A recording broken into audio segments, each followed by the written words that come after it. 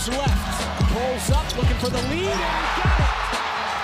Jalen Williams, 2 seconds, 1:11:109. Now SGA, probing, piercing, spinning, hanging for the lead, and SGA knocks it down. The Thunder finally get the defensive stop, and SGA puts them in front.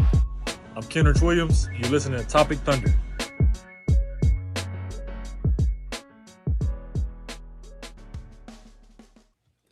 And welcome back, everybody, to another edition of the Top of Thunder podcast. I'm your host, Dylan Hunsinger at Thundercast. We're part of the Believe Network, and this podcast is brought to you by the good folks at FanDuel Sportsbook. With me today, I'm joined by my co-host, my compatriot, my compadre, Alex Roig. How we doing, brother? Doing good, man. Doing good. 3 more days, baby. Two more days for House of the Dragon, and 4 more days for the draft. So, I'm about to say, you said 3. I was like, wait, what? Like, actually? Hey, like, the middle day. We're always looking for that middle day. Absolutely. Well, yeah, I mean, this is one of our most anticipated episodes, like, every year. So without further ado, let's get into it. Joining us today are 2 men that need no introduction. If one is the conductor of chaos, as he is self-proclaimed, the other is his engineer at the No Ceilings Collective, Nate Empire.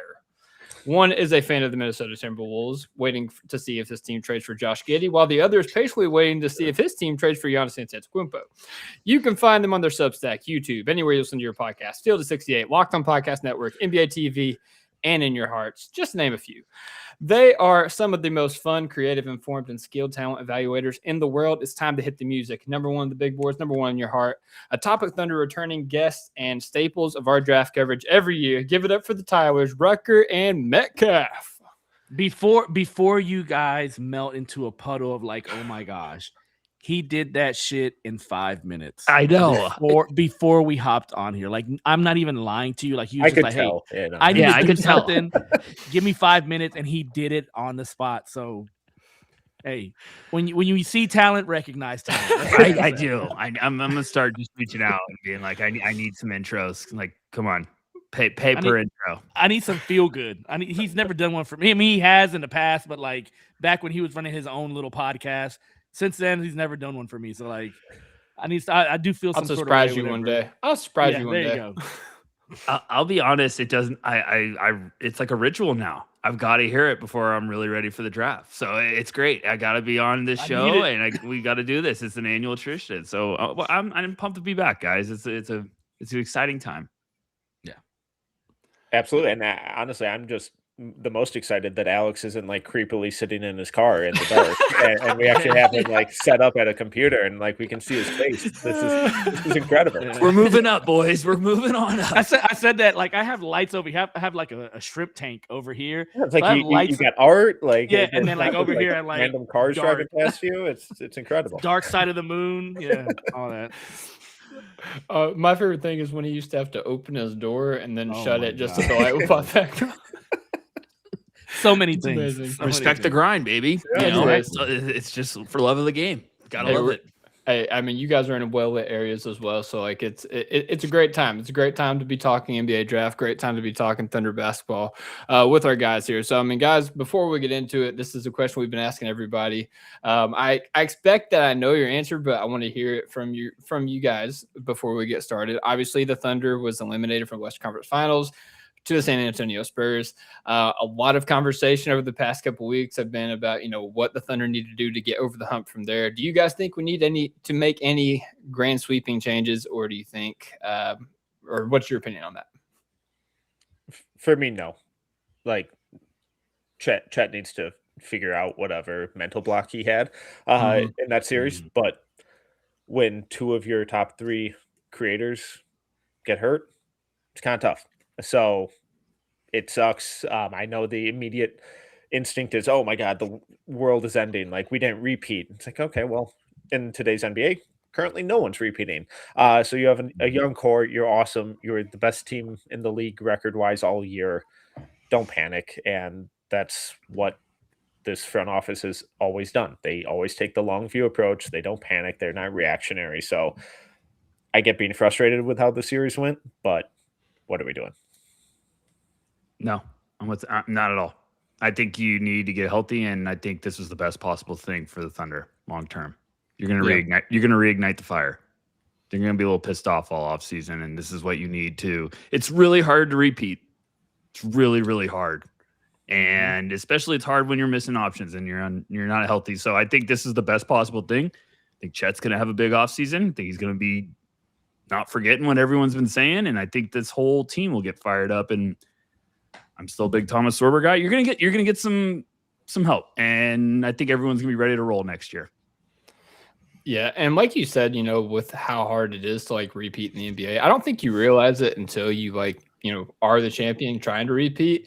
Just how much how taxing it is to for one, win a title, but then try to get back to it. And I think that the Thunder didn't know any better because they won the title and then they came out guns blazing. They was like, we can keep this pace up for the entire season. Started 24-1, and then the injuries started to pile up, and then you started to realize, okay, we need to slow down. And by the time it got to that point, some guys were trying to rush back because we slowed down too much. And then it was just a conundrum. So I do think lessons were learned, both in the series and throughout the season. And I agree with you. I think that, it sucks, obviously, because of how it happened, still going to game 7 despite everything against us. But, in the end, I think that it's going to end up paying off in the long run. Yeah, it just like you guys mentioned, you guys are sane basketball heads, sane basketball minds. That's the beautiful thing about having you guys on, because you guys see the game as a thinking man would see the game, and you guys know that Oklahoma City was down 2 of their top 5 players. With number 2, Jalen Williams being down as far as the number 2 player on that team, and so you guys know that health is probably going to be the biggest transactional thing that we get in this offseason. And just kind of moving forward, we were eliminated. It sucks. It sucks seeing somebody else raise a banner. It sucks somebody else, somebody else's city gets a parade. And that was a crazy thing to see New York get a parade, man. That was psycho behavior going on there, man. But it's New York, and it's only New York. But moving on to the draft. Now we get to kind of look at the draft and survey the draft. And so we all know that covering the top 4 and looking at the top 4, this draft is basically a top 4 draft, and then it goes down from there. Thunder had the 12th pick.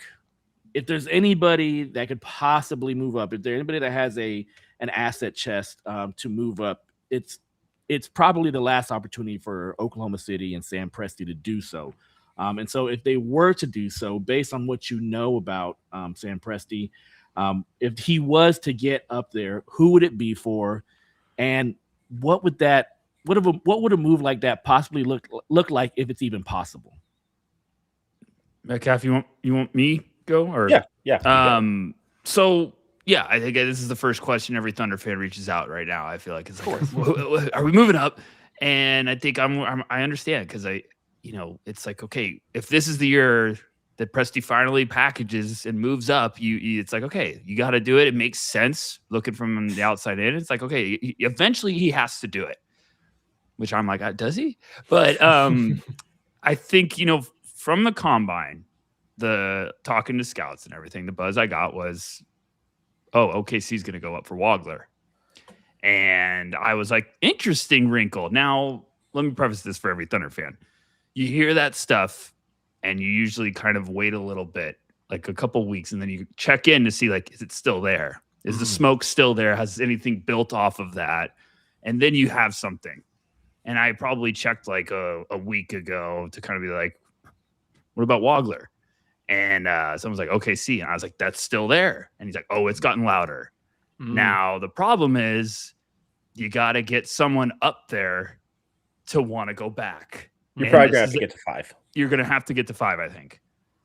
So you need to convince a team like the Clippers. Like we've done that before. Yeah.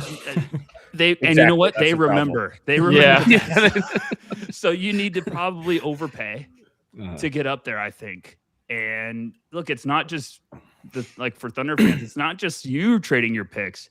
You got to convince that team to want to get out of the 5th pick. You got to convince them to not want to take Keaton Wagler or Michael Brown or any of these guards. So I think the phones are working. It's that time of the year. You hear a lot of buzz and a lot of names, but that's the name I've been told is the most connected. Could it be Smoke? Possibly. I do know this organization's a steel trap.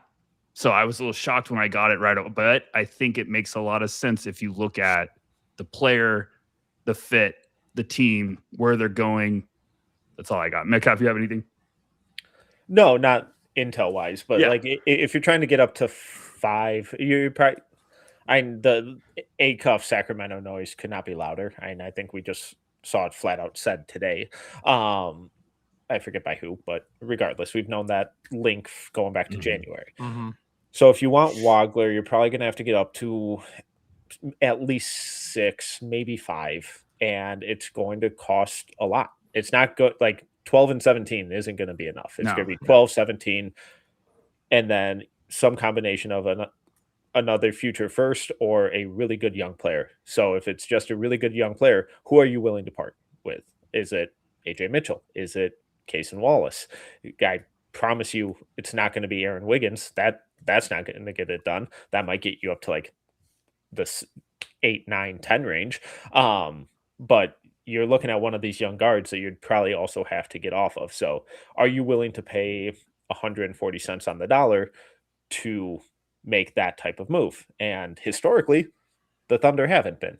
But maybe after tasting, the championship nectar and coming up short and how frustrating that series was at times, maybe things change. So it'll be really, really fascinating.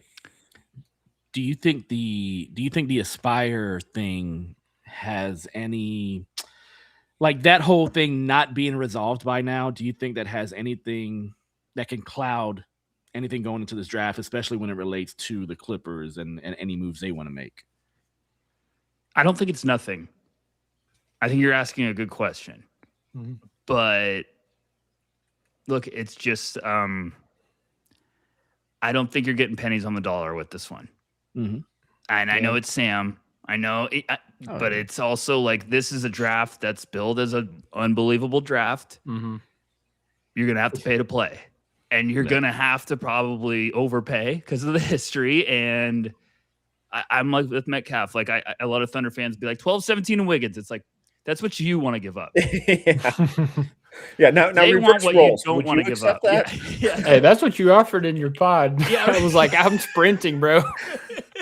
but that's the tough part. I always joke is like, start with what you don't want to give up. That's probably what the other team wants, and then you got to meet in the middle ground. Like, I think the Cason Wallace shout by Metcalf is an interesting one, because you look at maybe, hey, the CBA is not waiting for anyone. Like, all these teams are going to have to face the buzzsaw eventually. And so it's going to be really tough decisions. And in Cason, I know down the road is going to have to probably be a guy that's like, hey, do I want to get paid? And it's just tough, because I love him with Thunder. But then all of a sudden is it an AJ Mitchell conversation? Is that even what the Clippers would want? Right. I will say right now, everything you hear, every buzz, like today moving forward, I think you got to pay attention to what it is, like the teams, but also look, why would it be? So like Jake Fisher, Mark Stein have been great with intel pieces on their website. I think they just dropped one while we're recording that says Wagler and Brown are expected to be at 5 and 6 in some order. That also could be them trying to get that out to be like, let's make someone up the ante to come up if you want to get Wagler or Brown. So there's always strings being pulled with this time of the year. Okay. I love the mindset. Yeah. And the thing with Cason is, like, I was in the camp, like, a couple of days ago, Thunder fans were throwing out fake Cason trades all over the place. I'm like, what are we doing? Like, why are we trading this guy? Like, I mean, he's awesome. Like, he was one of the only guys that showed up in Game 7 against the Spurs. Like, sky's the limit for him. I think you get Woodward out the building, give Cason that spot, like, he's going to flourish, all these things. And, like you're saying, like, if you want to move up, he might be a guy that has to go. I'm not reading too into this, but he got a huge tattoo on his back, and he had like all of his high school teams, his McDonald's All-American jersey. He had a huge UK logo on it. He had the championship, nothing of the Thunder on there. So then now people are like, that's kind of weird, like, with the contract negotiation coming up and whatnot. But so, yeah, I mean, it would be interesting. I don't want to give Cason Wallace, because obviously, like, he's been such a good producer. I think that his best days are ahead of him in terms of like shooting and also defense. Like this is a guy that, Caruso has said he doesn't understand how to watch film and like, put that to practice in the game. Like he's just guarding people off of instinct. Led the league in total steals last year. Like that's not a guy that I super want to give up on. But let's talk about the fit of Keaton Wagler, because a lot of people have questions about it. He's a guy that I really like. I went back and looked in our conversations. I texted you guys January 30th. I said I'm all in on Keaton Wagler, and it's just kind of remained at that point. And you guys said you're gonna have to get up there to get him, and you're right. So talk about the fit with Wagler and what he could provide for the Thunder and why Thunder fans should be excited if we do end up moving for him. And I do think the fit is a little peculiar, but we've said that like every year for the last like 4 years with the Thunder of like, oh, they're not going to draft a guard, and then they draft a guard, and they're not going to do it again, and then they do it again. Oh, they're not going to do it again and again, and here we are. But like stylistically, he's like the exact type of guard that you see littered throughout this OKC roster. Like can shoot it from outside, really crafty, get into the mid range, smart passer, solid rebounder, has plus positional size for a point guard. Like he checks basically every single box that every single guard that the Thunder have drafted have. Like it's so from like one standpoint of like, man, how is he going to get minutes? How is he actually going to play? And it's like, well, I don't know, but the Thunder keep figuring out ways to do it, and they keep figuring out ways to get these guys minutes and rotating these guys really effectively. And I'm guessing that a big part of it is that Sam Presti and the rest of the front office saw what happens when two of your top three creators get hurt, and then there's nothing else. So bringing in another guy can help fix that, because Nikola Topic obviously had the health thing. Thank God that went as well as it did, at least so far. But it's like, all right, well, what does that mean for him going forward? And I do think the fit is funky, but if you just looked at him in a vacuum and not worried about fit, he's probably the most Thunder guard out of these top point guards, or even like the top 10 guys in this draft. He's probably the most Thundery type of player in this draft. Yeah. I mean, if they pulled it off and just were like, hey, we're going all in to get Wagler, the team fit wise, we would leave the draft, all of us, and be like, if this one hits, we're in trouble, because he could be one of the better players from this class. And I know the conversation I'm putting him in with, AJ, there's a path where Keaton Wagler is one of the better players from this draft. It's going to take some time, but like landing with the Thunder, you guys Thunder fans have seen it. Look at all the rookies and how they've brought them along, and their ability to, like, they have one of the best developmental staffs, and they're so good at installing confidence, like, and deposits, and not demanding too much of them, and being like, it's okay to make some mistakes and learn through experience. So Wagler has, I'm with Metcalf. If you're talking about a Thunder player, Wagler has, like, this is a supercharged version of like all what the Thunder have looked for in the past years. This one's just unbelievable feel, unbelievable like vision, playmaking, scoring, so much offensive versatility. I think his game is just starting to get unlocked too, which is scary. Yeah, and I thought, I think Metcalf, you posted a video today talking about, some of the concerns that like people have with Wagler is his, his frame and, driving into contact, and, is he going to be able to handle that in the second level? But like you pointed out, his free throw rate is like really high. Like it's up there with, was it AJ Labanza that had similar free throw rate? Like AJ was at 49 free throw rate. I think Keaton was like 44.6 or somewhere in that ballpark, but mid 40s. Yeah. Wow. Yeah. And I just think that that's context that gets lost. Like, people see a player like, oh, he's skinny, he can't handle it. And like, we had Bryce Simon on. I think he was like our first guest, to kick off the cycle. And, we was talking about Wagler, and he said that, he's slider in frame, but he doesn't let that deter him. Like he doesn't shy away from contact. He, seeks out contact. He seeks out trying to finish through contact. And I think that's important. I think people just like look at a player and like, oh, he's skinny, he's not going to be able to, finish through big guys. I'm like, look at Jared McCain. Jared McCain was one of the guys that was going right at Wemby's chest, like when everybody else was peeing down their leg. Like it was just because you're small doesn't mean that you're not scared. And that's another thing that, like, you know, I've really decided in this draft that we need, and maybe not even this draft, like the offseason as well, is one, dogs, but B, like shot creation. Everybody's like, oh, we need size. I'm like, dude, we got a lot of size. Like with iHeart, Chet, Sorber, and J Will, I think we have a lot of size. J Dub, like, you know, him scaling up as well. Like, I think we have a lot of size, but we saw that, you know, despite having AJ Mitchell and Jalen Williams out there, that would have absolutely helped. But you can't count on that next year. Like, you can't count on Shea being out there next year. You don't know what's going to happen. So I don't think that there's ever a scenario where you can have not enough shot creation in today's day and age of the NBA. So that's why, like, you know, everybody's like, oh no, the Thunder taking another guard. First of all, Dort, Isaiah Joe, Wiggins, like there's many people on the chopping block. Yeah. I don't think they're going to give up on Topic.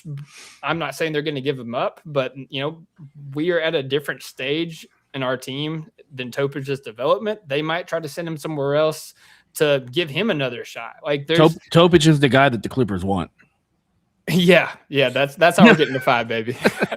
But yeah, like there's gonna be a lot of guard turnover, so like there's gonna be room for guards to come into this building, and like, yeah, I don't know, like Wagler is a guy that I really like, and there's a couple other guys I really like.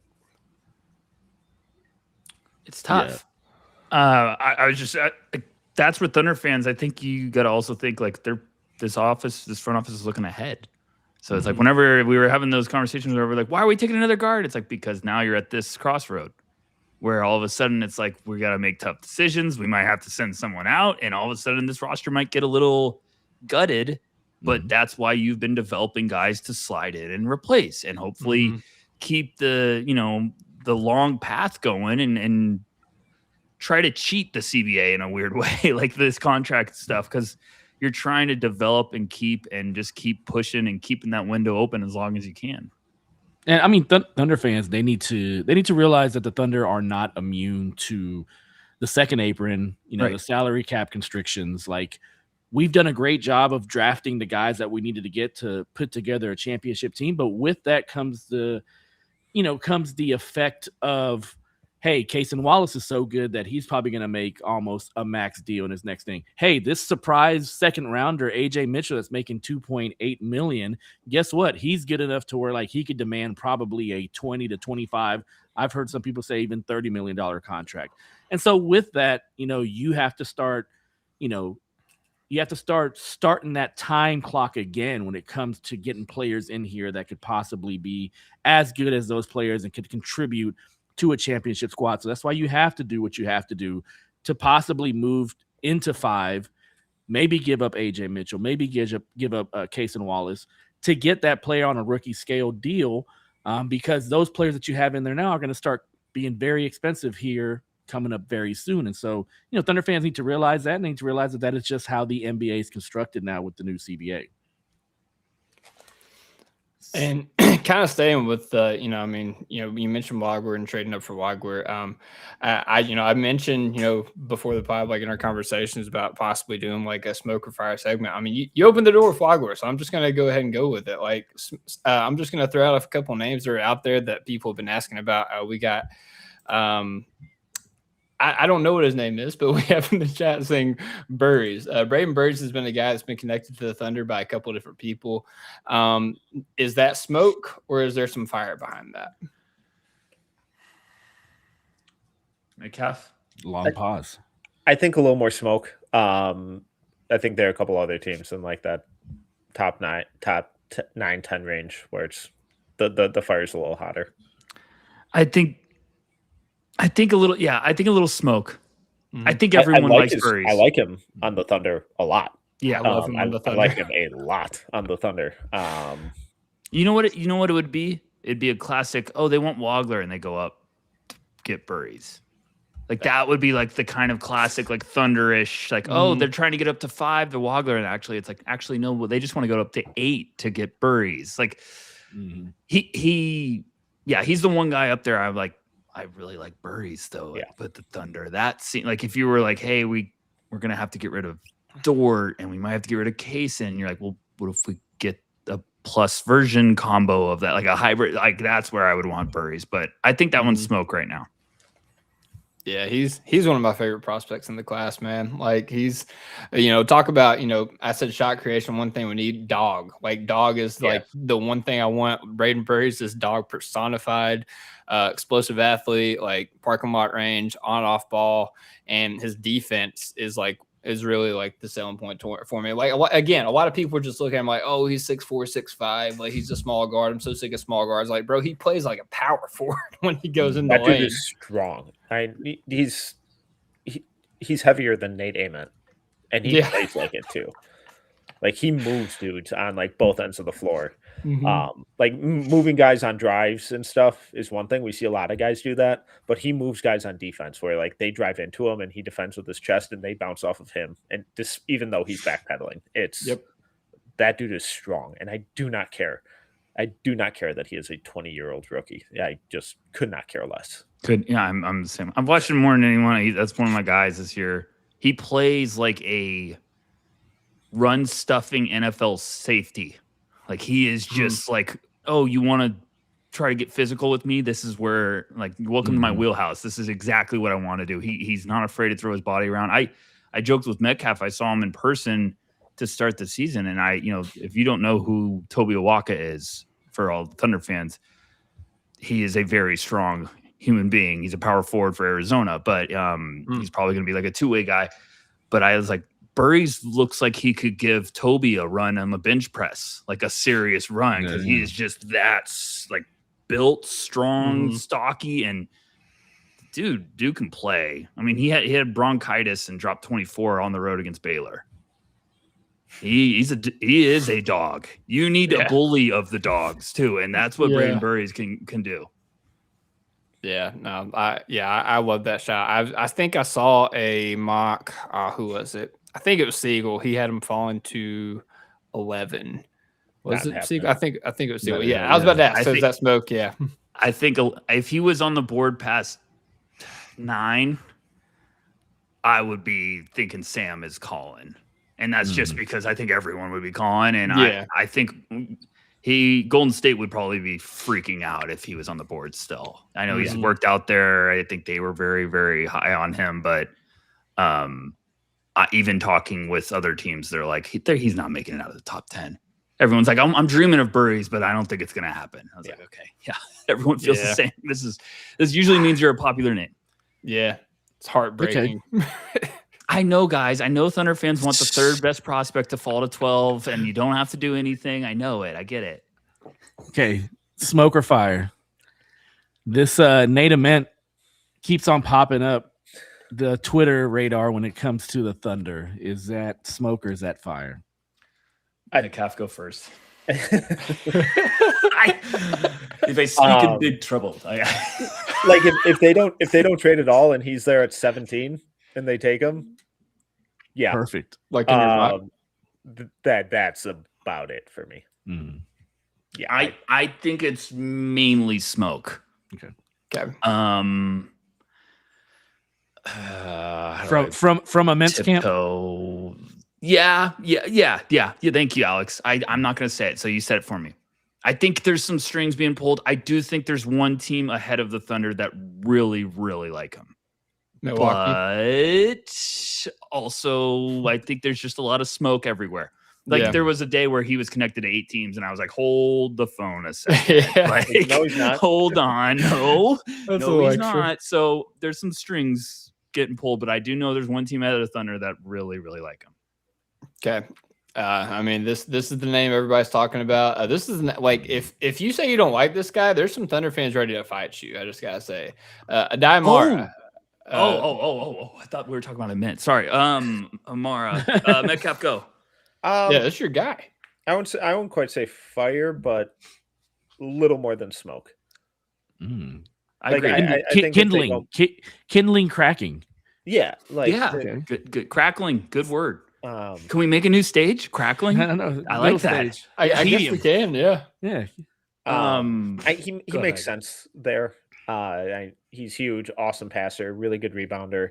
I know we're starting to get the classic pre-draft workout clips of a 7'3" guy shooting threes. Every shot going in. And everyone being like, "Oh my God, he's the next Dirk." It's like, oh, or he's in an empty gym and made shots for the first time and took 8 threes all year.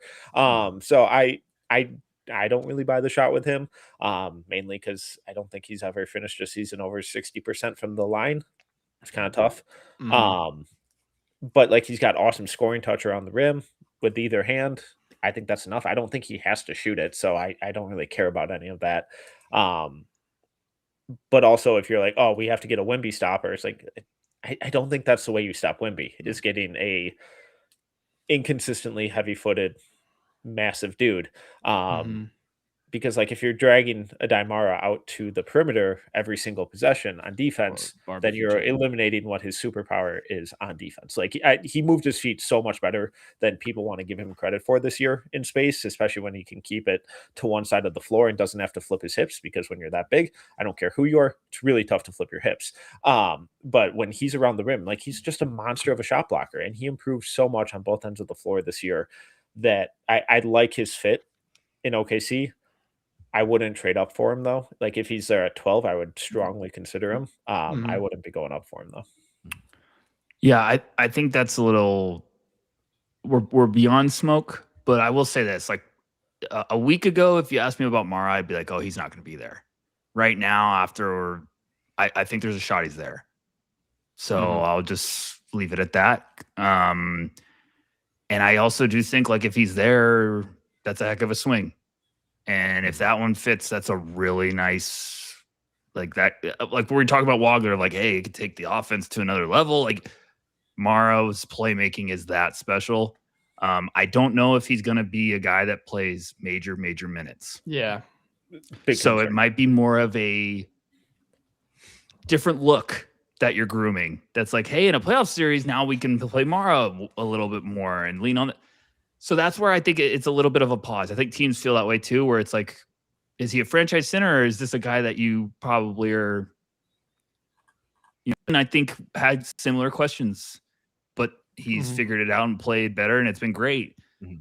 Mara, I think's got still a little bit more of like questions that way. So I don't know if he's gonna be a major minutes guy. So do the Thunder want to invest in that or not?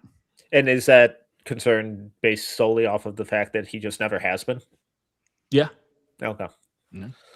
Yeah, that was kind of a question. Like one of my big questions with Adai Mara is, obviously like 3 years ago, like he was a guy that everybody was excited about, going into UCLA, and it just didn't work out 2 seasons in UCLA. And he goes to Michigan, and like, what is it? That's one way to put his time in. Oh, yeah. Not working out. Fair. Goes to Michigan, obviously wins the championship. He was a big part of that. How, you talk about the minutes and how, I don't think he passed 25 minutes for either of the seasons, UCLA or Michigan. How big, I guess, was his impact enhanced by the fact that he had Merez or Yaxel on the floor with him and was able to insulate his minutes? I think massively. Okay. Because like there are obviously the conditioning issues with him, and for the vast majority of guys that size, it's really hard. Like even like Victor Wembanyama, we saw how gassed he was getting in the playoffs. Like it's really hard to be that big and play 30 plus minutes every single night. So I'm not trying to discredit that, but like just go back and watch like the Alabama game in the tournament. He got ran off the floor. He couldn't keep up, and Alabama plays a pro style offense and tempo, like everything's from 3 or at the rim, like they're pushing in transition, they're playing Phoenix Suns style basketball where it's like, hey, we're going, or I should say like Steve Nash Phoenix Suns style basketball. 7 seconds or less, right? So like Tony. I do think that there are very real concerns about him getting run off the court, because we had a year plus worth of proof of that happening. I think what's even more concerning is like when he gets tired, he gets really handsy and the defensive fundamentals fall away and he starts to get in foul trouble, and he could still kind of do that this year at Michigan and get away with it because he had 2 elite front court mates in Merez and Yaxel. So like that margin for error was a little wider for him, because even if he's sad, it's like, all right, well, Michigan's really not losing a ton. Obviously, they're losing some rim protection and stuff, but they have 2 bigs who can just step in and fill those minutes really easily.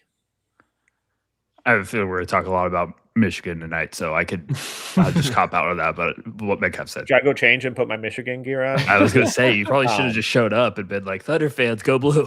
let me ask this about Mara. So a lot of what you're saying is possibly the situation that he would run into whenever he's here in Oklahoma City, where he has Chet, he has possibly Hartenstein, he has, Jay Will, he has J Dub, next to him. And so you have an insulation of players around him that could help him show his strengths instead of showing his weaknesses.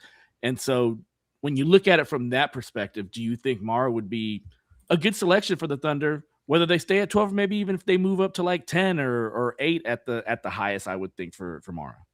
I'm just cutting in because I'm not answering any question, but Metcalf has watched Michigan more than anyone, watched more film this year than probably me, which is amazing. And I'm going to let him be the first answer on all of these. So go ahead, Metcalf, this is your baby. Go ahead. I love Mara with OKC. And like you said, specifically because he wouldn't be asked to come in and play 35 minutes a night. You'd be asking for 15 to 20. And that I think he can be incredible at. But if you're trading up to 7 or 8 or 9 or 10, and you're giving up other assets for a backup center, man, he better be good. Yeah. He better be really, really good. And I think he can be. I think he could be. But out of his 3 years in college, 2 of them were a disaster. Him at UCLA was awful. I don't care what the advanced numbers say with his time at UCLA. I don't care what the extrapolated per 40 minutes play, because when you play 9 minutes as a freshman and 13 as a sophomore, that doesn't matter to me. We had stories of him being immature and soft and not just screwing around during warmups and not taking anything seriously, and getting bodied by student managers during warmups at UCLA. It's oh, well, this sucks. And at Michigan, we saw a totally different dude.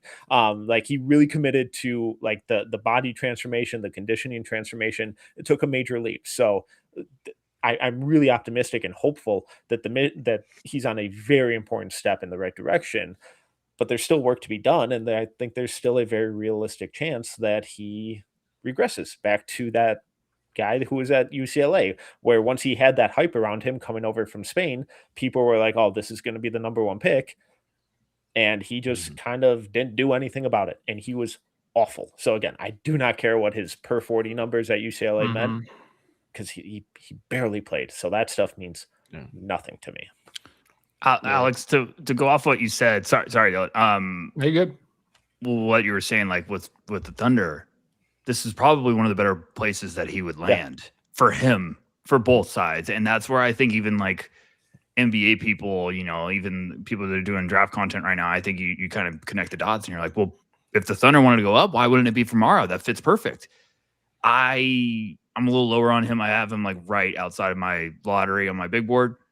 And it's because seeing him in person, the playmaking's even better than the highlights, because he processes what the defense is doing so much faster than you see guys do. He whips passes around. He's 7'3", but he just throws these lasers from so high, and it's split section. He's a hockey assist guy. And with seeing it in person, you're just wow, people really try to overpower him, and you could post him up and just run off the, away from him, run actions, and he'll find players in tight windows. For me, I don't think he's going to play major minutes. So if I wanted a franchise potential type of center in the top 10 of a stacked class, you better bring a lot to the table, or I feel like you're going to be an enforcer. I think he's a good shot blocker. I think he's got good instincts. I think he's an unbelievable passer. Then I start getting a little questionable. And I think if you're looking for a guy that's going to bring toughness, I think Mara could struggle a little bit with the strength. And he's a good shot blocker. He's really impressed me this year. I was so out on him. And this year I turned to Metcalf. I was I think I'm really in on Mara. So it's just been an unbelievable path. But this is why we love the draft, because there is a lot of smoke, and you sit back and you're kind of this is where it would make sense though. But there's also a really good draft here. Just to counter my earlier tirade, like I have Mara at 11, so like I like Mara a lot. And kind of to push back a little on Rucker's toughness comment and my previous toughness skepticism, like go watch the national championship game and how he battled with Terrace Reed. Right. Load. And Mara gave him fits like the entire game. So I do think that the mentality and all that kind of stuff took a step in a very important direction. I think going into OKC's culture with those expectations, and it's like, man, you got to bring it. I think that would be good for him. One area where I'm a little kind of curious about is how he would fit with like Shea specifically in the pick and roll. Does Shea? I don't. Shea's not good at pick and rolls with bigs. Right. And no. Pick and pop bigs. Great with Chet. Yeah, with Chet, it hasn't worked out very. He was great with Mike Muscala though. But he was great with Mike Muscala, exactly. So yeah. But like in like those role situations, is Shea a little more prone to like pocket passes or throwing lobs? Pocket passes. Yeah, that's what I thought. He's not great at lobs. Mara's hands below the shoulders are a disaster. He's really bad at catching in traffic. He's really bad at catching below his waist. Lobs, anything above his shoulders, awesome hands. Really, really good up high. But anything like in the short roll that he has to like kind of go down for and help defenders can like really dig at, that's the kind of stuff that he really struggles with. See, this is why we bring Tyler Metcalf and Tyler Rucker on the pod for this. Well, type of insight. Where he catches it matters. No, and that's why we love doing these, because we also like, guys, you can't do both. We can't watch every NBA game and every NBA team during the season. And you talk to a lot of NBA people that are like, that's why we can't watch the draft stuff, because there's just so much going on. So it's nice to kind of be able to like cut through, because it helps us help you. So like hearing that point, and that's a great question from Metcalf and a great point from you guys. Like when the moment I heard, he can't throw a lob, I'm like, oh no, like, because Mara can't catch anything below his waist. So that's a good one. I like that. Good tidbit. They'll draft him now and trade up to 5 to take Mara. But see, I'm kind of with Metcalf on the whole, like, if he's there at 12, I'm fine with it. Like, there's more prospects that I'm excited about, because I'll just be honest, Mara as a prospect terrifies me, just because there's like so many different outcomes. And, I'm completely against trading up for him. I'll go ahead and say that. But if he's at 12, the thing that worries me, and like, I wanted to ask you this as we kind of close the book on Mara. I didn't mean to talk like 15 minutes about just Mara, but he is the guy that a lot of Thunder fans are all on. So we talk about this being like a perfect situation for him, because he would only have to play like 15, 20 minutes, because he has Chet, he has iHeart, he has all these guys. If you bring in Mara, there's a chance that's an indicator of iHeart's offseason intentions, and iHeart opting out of his contract and going to try find big money somewhere else. Then a lot of Thunder fans are going to be, Mara's like perfect. Just slide him into the iHeart role. Do you think he's ready for that, or pump the brakes on that? Mara? Yeah.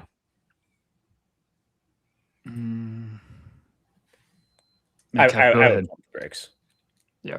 iHeart's a guy who's impacted winning and been around the league in a lot of different places for a while now. Like one of the most valuable fringe starting centers in the league. I would not expect a rookie to come in and immediately fill those minutes. It is sorry, I should have looked this up before we recorded, but is Sorber expected to be fine? He's not going to play summer. No, he's not playing. He shouldn't. He shouldn't. They got to be extra careful. His injury occurred during like right before training camp, right before media day. And so you're probably looking at around like mid-September is when that injury occurred. Yeah, you can't play him. Yeah. Okay. Hopefully he's fine. But like, I still am very high on Sorber. Mm-hmm. I'd rather have a guy that's probably like on the Chet path, where Chet got to spend a year of watching the team and watching behaviors and hopefully figuring that way. Mara, I would say, like, I don't know if you could just be like, hey, it's all you now, just because the game's so fast. But I don't know. That's a tough one. Okay, I lied. I do have something else. TJ points out in the chat. It says, does Mara screen well? And then I have another point on that on top of that. So Metcalf, how does Mara screen? Yeah, I think he's fine. Like, I not raving about it, but there are a lot of guys in this class who are much worse. Okay. So I will say, you asked Shea specifically if he's good at throwing lobs or pocket passes. iHeart's really good at catching lobs as well. And he does that specifically with Jalen Williams, running the pick and roll, getting downhill and throwing lobs. So there's still, the potential for, lobs for Mara, not just pocket passes for Shea, but also like if he screens well, that helps Shea also because it helps, free him up, get him on different mismatches and whatnot as well, which iHeart is huge. Like whenever iHeart's not in the game, like we feel that, not just on the defensive end, like you would think, but offensively, he's so important because of his screening and because of his playmaking as well. So, long range outcome, like, yeah, he could probably slide into iHeart, but like I say, he just terrifies me that something's going to revert, he's not going to fully get it. Like, yeah, anyways, that's all I got from Mara. Let's move on to another Michigan Wolverine. Kind of staying with the smoke or fire thing, but I bet you do. This is a great draft for you, honestly. Very good. Yeah, let's move on. Another smoke or fire. This isn't even Thunder centric. This is just draft wise. This is something that we've kind of been seeing happen. Yaxel Lindeborg, smoke or fire, he falls out of the lottery. Fire.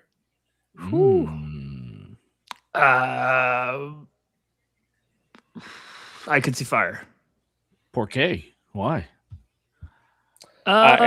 Easiest answer is going to be a 24-year-old rookie, and those guys never go lottery. Not saying it's right. Just historically, go back and look at every lottery and look at the super seniors who win lottery. Not many of them. I'm not going to spill everything, but when you're older and you need to walk a fine line, the pre-draft process, I think a couple hiccups can make things get ugly fast. I'm not saying he's going to tumble. I'm not saying it's been terrible. But anytime you hear something where it's like, it's not good or it's not nothing. I think okay. We might not be going up. We might a little bit. So I don't know how far, but I think he could be a guy we're shocked on the night of the draft. They're like, he's still on the board. And Metcalf's right. Every year we do the same song and dance. The old guy falls. Always falls. Like it's just happened. Breaks a hip. Yeah. I have him in my lottery. I would take him late lottery. I think he rocks. He's the way that he scaled down and roll and improved both volume and percentage as a 3-point shooter, improved fundamentally and with his consistency on defense. Like I don't know what else he could have shown these last 2 years to not be like, God, this dude just is good. And on top of that, he's 6'9", 250 and picking up point guards full court. Like 7'3" wingspan. Like I don't care that he's a little odd.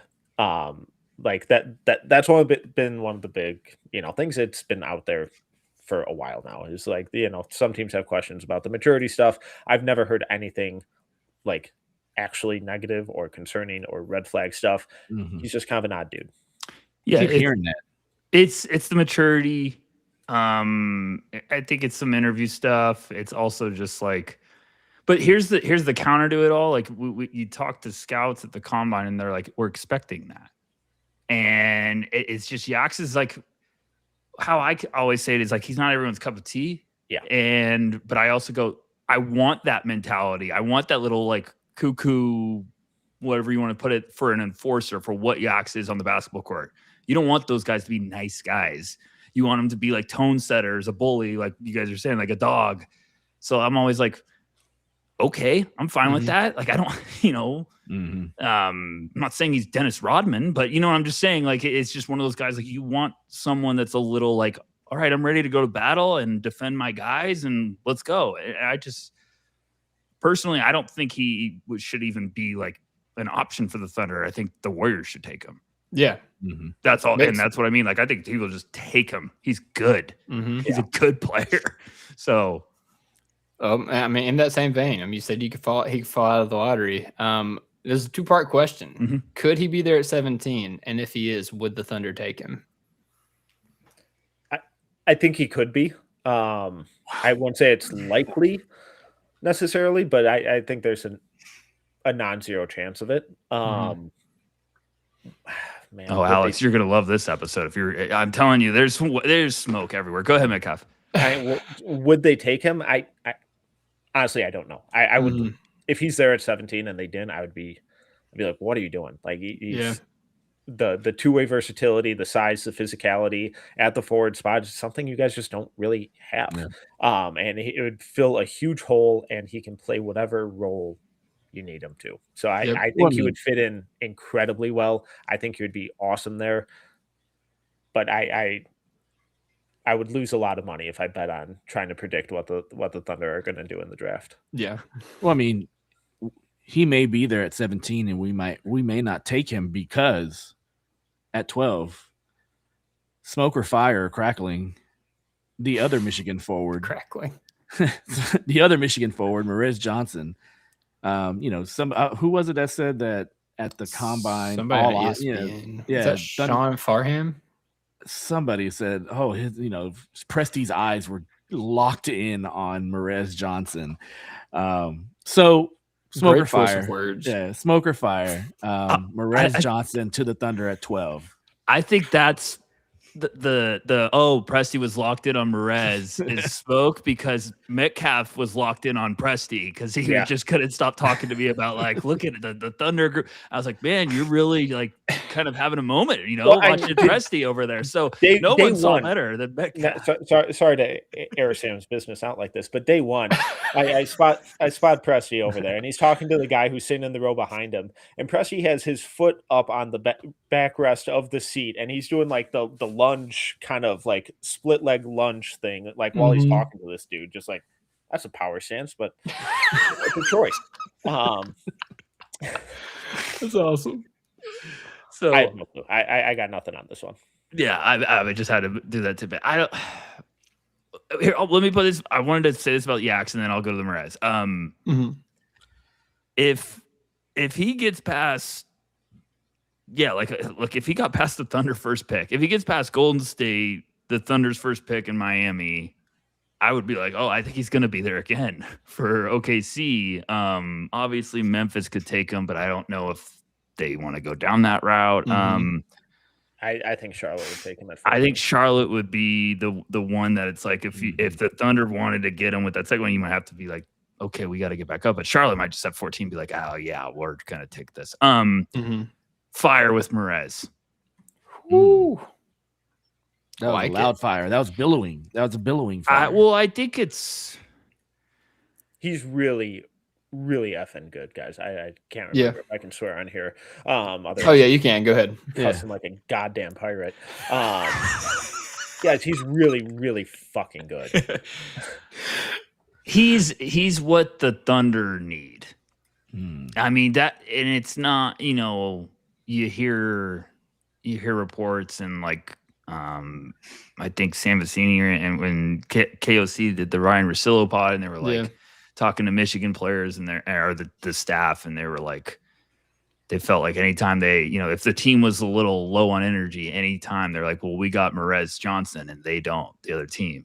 And it's one of those guys where like he is the tone setter, he is an enforcer, I think he would be the one that controls. He's the one that's going to control the dogs. Like he's going to get everyone to play up. Like the dog walker. Exactly. I think Marez is like, oof. If the Thunder get him, we're all in big trouble because that's just the perfect piece to get them. Like, all right, now you got a little bit of muscle behind you too. And I told Metcalf was beginning of the year. He was like, I think Marez Johnson's one of the better bigs in this class. I was like, whoa. What? No one's like, everyone's got him in the second round. What are you talking about? And I started watching him, and I was like, he was going to be Michigan's first prospect. You said first big off the board. Our first prospect off the board is what you've been saying all year. And I was like, okay, I'll let you cook a little bit. I'm not going to, I was like, let's see if it's possible. Well, Metcalf's cracking up. Open the whiskey early. Yeah. Like, Metcalf, did you open the bottle today? But then you start watching him, and that dude, he is a quarterback defensively. He tells everyone where to be, and it is loud. It is like he is barking, and he battles. Look, like I watched him against Cam Boozer. I was like, it's like Merez kind of giving some business to Boozer right now, and so like I think his game is like on the climb, and I think someone's gonna be really smart to be like, this one's going up quick. We got to get it while we still can. So I think he can play. He's great. What can you tell me about the shot? Because the thing is, if you're going to play in Oklahoma City, more than likely, you're going to have to find some way to space the floor, if not be an offensive hub. So I think spacing the floor is probably more of Merez's path. And so tell me about his shot or the possibility of his shot in the future. I buy it long term. It might get there this year, but I would say by year 3, it's like a viable weapon. Not like huge volume necessarily, but like legit spot up, pick and pop type stuff, where you kind of at least have to respect it in some notion, or he can make you pay. When my first exposure to Merez was like 2 years ago at Hoop Summit, and I was like, this dude sucks. Like, he is just an energy big. Like, he has no ball skills. He has no scoring touch. He can't shoot it. I hope he really enjoys college because he's going to be there for 4 years. And then last year when he was with Illinois, I saw him in person, and during warmups, it's like, oh, this is a different dude. Like, during warmups, he was making everything. And I know it's only warmups, but he was going through like game speed stuff, like sprinting to the corner and like simulating transition stuff, pick and pop type stuff, off ball screen pick and pop type stuff, and like dripping sweat, going full game speed action. And he was making everything. Go to this year, I know volume was low, but the willingness to shoot was so much better. The percentage was solid for like his first actual year shooting it from outside. And then you look at the improvement with with his free throws, where he was up over 80% for the vast majority of the year and ended up at like 78, 79-ish%, somewhere in that ballpark.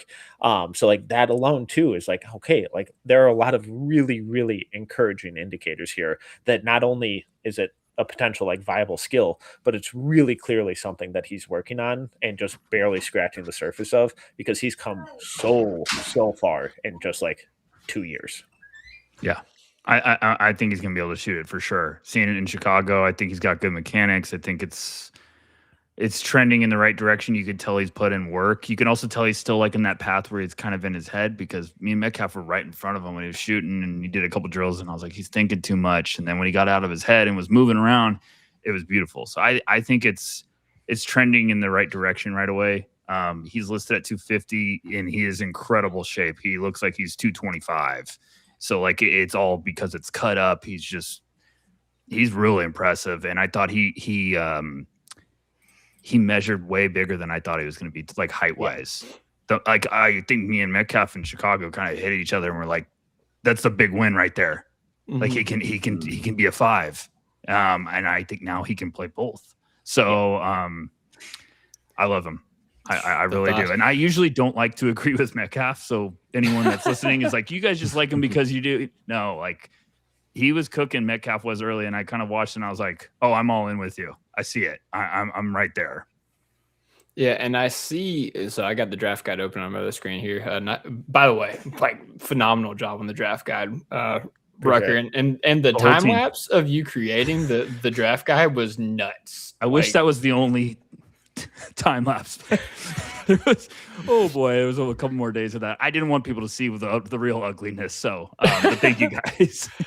Yeah, no. So like, I'm looking at Merez Johnson right now, and it has him in the 91st percentile as a cutter and 97th percentile as transition player. Do you see that like kind of translating into the NBA as the game gets faster? The guys are bigger and everything, or do you think that was kind of a product of like the college system, the players he played with in Michigan? I think it translates because like he's a really low maintenance offensive guy. Like a lot of his stuff is generated through like sheer effort and like playing off of other guys. Like he never has stuff drawn up for him. It's always out of the roll, cutting in from the weak side, crashing for offensive rebounds, finding those open pockets to relocate into to snag loose balls on broken plays. There's never anything in any offense that he's ever played in, especially in college, that's like been drawn up for him, where he like needs the ball and like pound like over dribbles and back to the basket kind of stuff. Like that's not what his game is. It's short roll, quick decision making, dirty work kind of stuff. And we're seeing the processing speed improve. So like when you think about his fit with the Thunder, it's going to be cleaning up all the missed shots, you know, because all of the scoring gravity is going to go to Shea, J-Dub, Chet, and AJ Mitchell, and rightfully so. And whenever those heads start to turn, the heads of or the eyes of whoever's guarding Merez, whenever they start to turn, he moves, and he's always capitalizing on that kind of stuff and finding ways to exploit and get easy buckets off of stuff that he shouldn't be. Okay.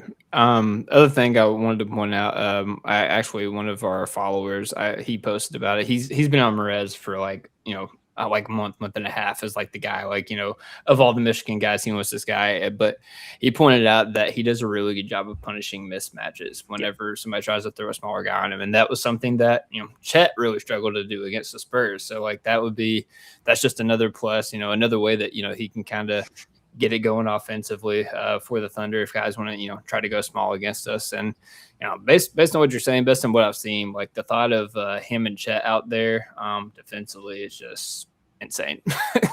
Yeah, well, like, and he's one of these bigs who can switch on the perimeter. So it's like you go small, you're like, oh, we're going to be able to run him off the court. It's like, well, no, because he can slide with you on the perimeter. And like him and Yaxel were Michigan's like primary point of attack defenders all year. They were switching everything at the top of the key and then pick and rolls and stuff. There's terrifying. But like, I know the common theme is like, we got to find the Wemby stopper. And first, there isn't one. So we kind of deal with it. But I think a guy like Merez is way better built to do that kind of stuff and really disrupt Wemby than a guy like Mara, because Merez has the agility, the strength, and the size where he can get into him on the perimeter. He can box him out in the paint. He can at least make life way more difficult. And having someone that big and kind of who can match up positionally with him a little bit and have that strength to really make him uncomfortable, I think for me personally is way more appealing than trying to have Mara guard him on the perimeter and stuff and then taking away his shot blocking from the rim. I just to go off Metcalf saying, like, I think a lot of people will look at Merez and be like, oh, defensive first big. And it's like, well, that's the NBA skill, but that's not what he's going to be as a finished product. Like he could be a very good two-way big. I think the shot's coming along. I think he's way more skilled than people kind of realize. And there's like some, like the Duke game, go watch it. There's some plays where he makes some passes. You're like, whoa, where did that come? Like there's some good feel flashes, and I think it's going to start being a little bit more consistent. Bigs are weird. Bigs kind of start clicking in random times throughout like their basketball journey, and I think things are starting to click really quick for Merez, and you hear great things about him. You hear he's a great kid. I just think it's like the best possible fit for the Thunder.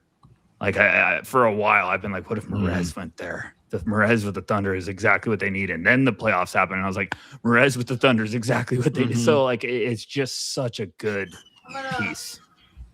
Yeah, and I've noticed that, you know, I mean, you mentioned that this is like a fire between smoke and fire. I've noticed that over the past couple of weeks, I've seen like, you know, I mean, Rucker, you pointed out on your Twitter, I think today, Nate's been on, you know, as Merez as the guy. I think Nick even mentioned it. Like it feels like, you know, No Ceilings has been gravitating towards this for a while.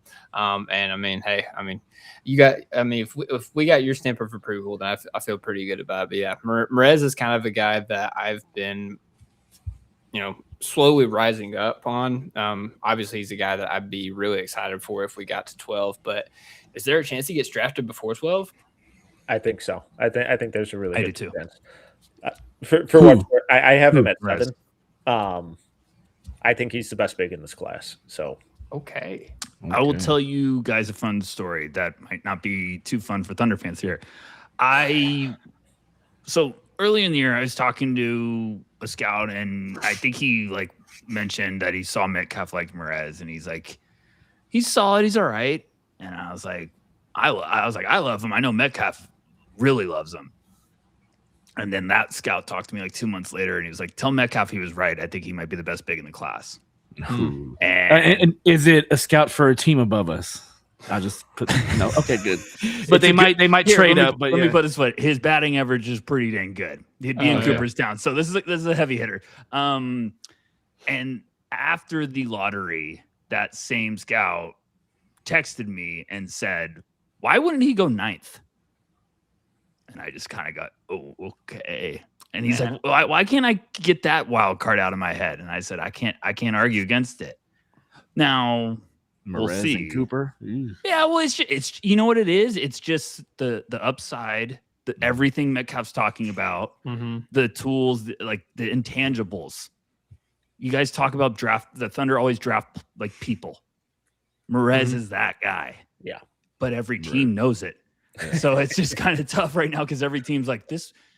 I feel the player, like teams I talk to, is like he feels like one of the best bigs and one of the safest bigs in this class. So that wouldn't shock. Like I've looked at Atlanta. Like, is that a wild card that no one's thinking about? Is Dallas there? There's that's the range you're gonna have to get past. I think. I mean, I put every player to every team right now, and I'm like, where's the curveball? Because we know we're not going to get all these guards in a row. So we're like, where's the curveball? And I think at least people look at Atlanta. People look, even at Dallas right now. No one really knows. So I think I'd love him with the Thunder. I'd love him so much. I think the Thunder should be trying to be like, we're going to go up and not risk this because it's such a good fit. But I also think I understand staying put. I feel like Dallas at 9. If you reach up to 9 and you grab Merez at 9 and you give them 12 and another asset or something, I think Burries, if they really want Burries, he might be there at 12 if that happens. Well, smoker fire. No, but that's the thing is, look. So let's say hypothetically, Atlanta or Dallas took Merez. That means they didn't take Burries if he's on the board. Yeah. So could the Thunder all of a sudden get ahead of Golden State and take him? So that's what we're saying is there's probably a chance he's not going to be all these guards in a row and someone's going to be a wild card or someone trades up. I don't know. Metcalf, go ahead. Sorry. No, you're good. Yep. Okay. Let's move on from Michigan. I think we've pumped up Metcalf enough. You guys aren't curious about Amari Burnett? So let's move off bigs for a second, okay? Because you kind of mentioned it with Yaxel, like we don't have that like wing, like 3-4 type guy on this team. Like we have a lot of guards kind of scaling up or bigs kind of scaling down a little bit. So this was a guy that Sam Vecini mentioned in his mock draft that I was kind of shocked. But he said that there's been connections to the Thunder. I think he said since the combine. Dalen Swain, smoke or fire connection to the Thunder. Or crackling. Yes, that's an option too. I'm sorry. I don't know. I think that one I gotta find out. But I would probably save a little bit more than just smoke. Okay. But I also think I think a lot of teams like Swain.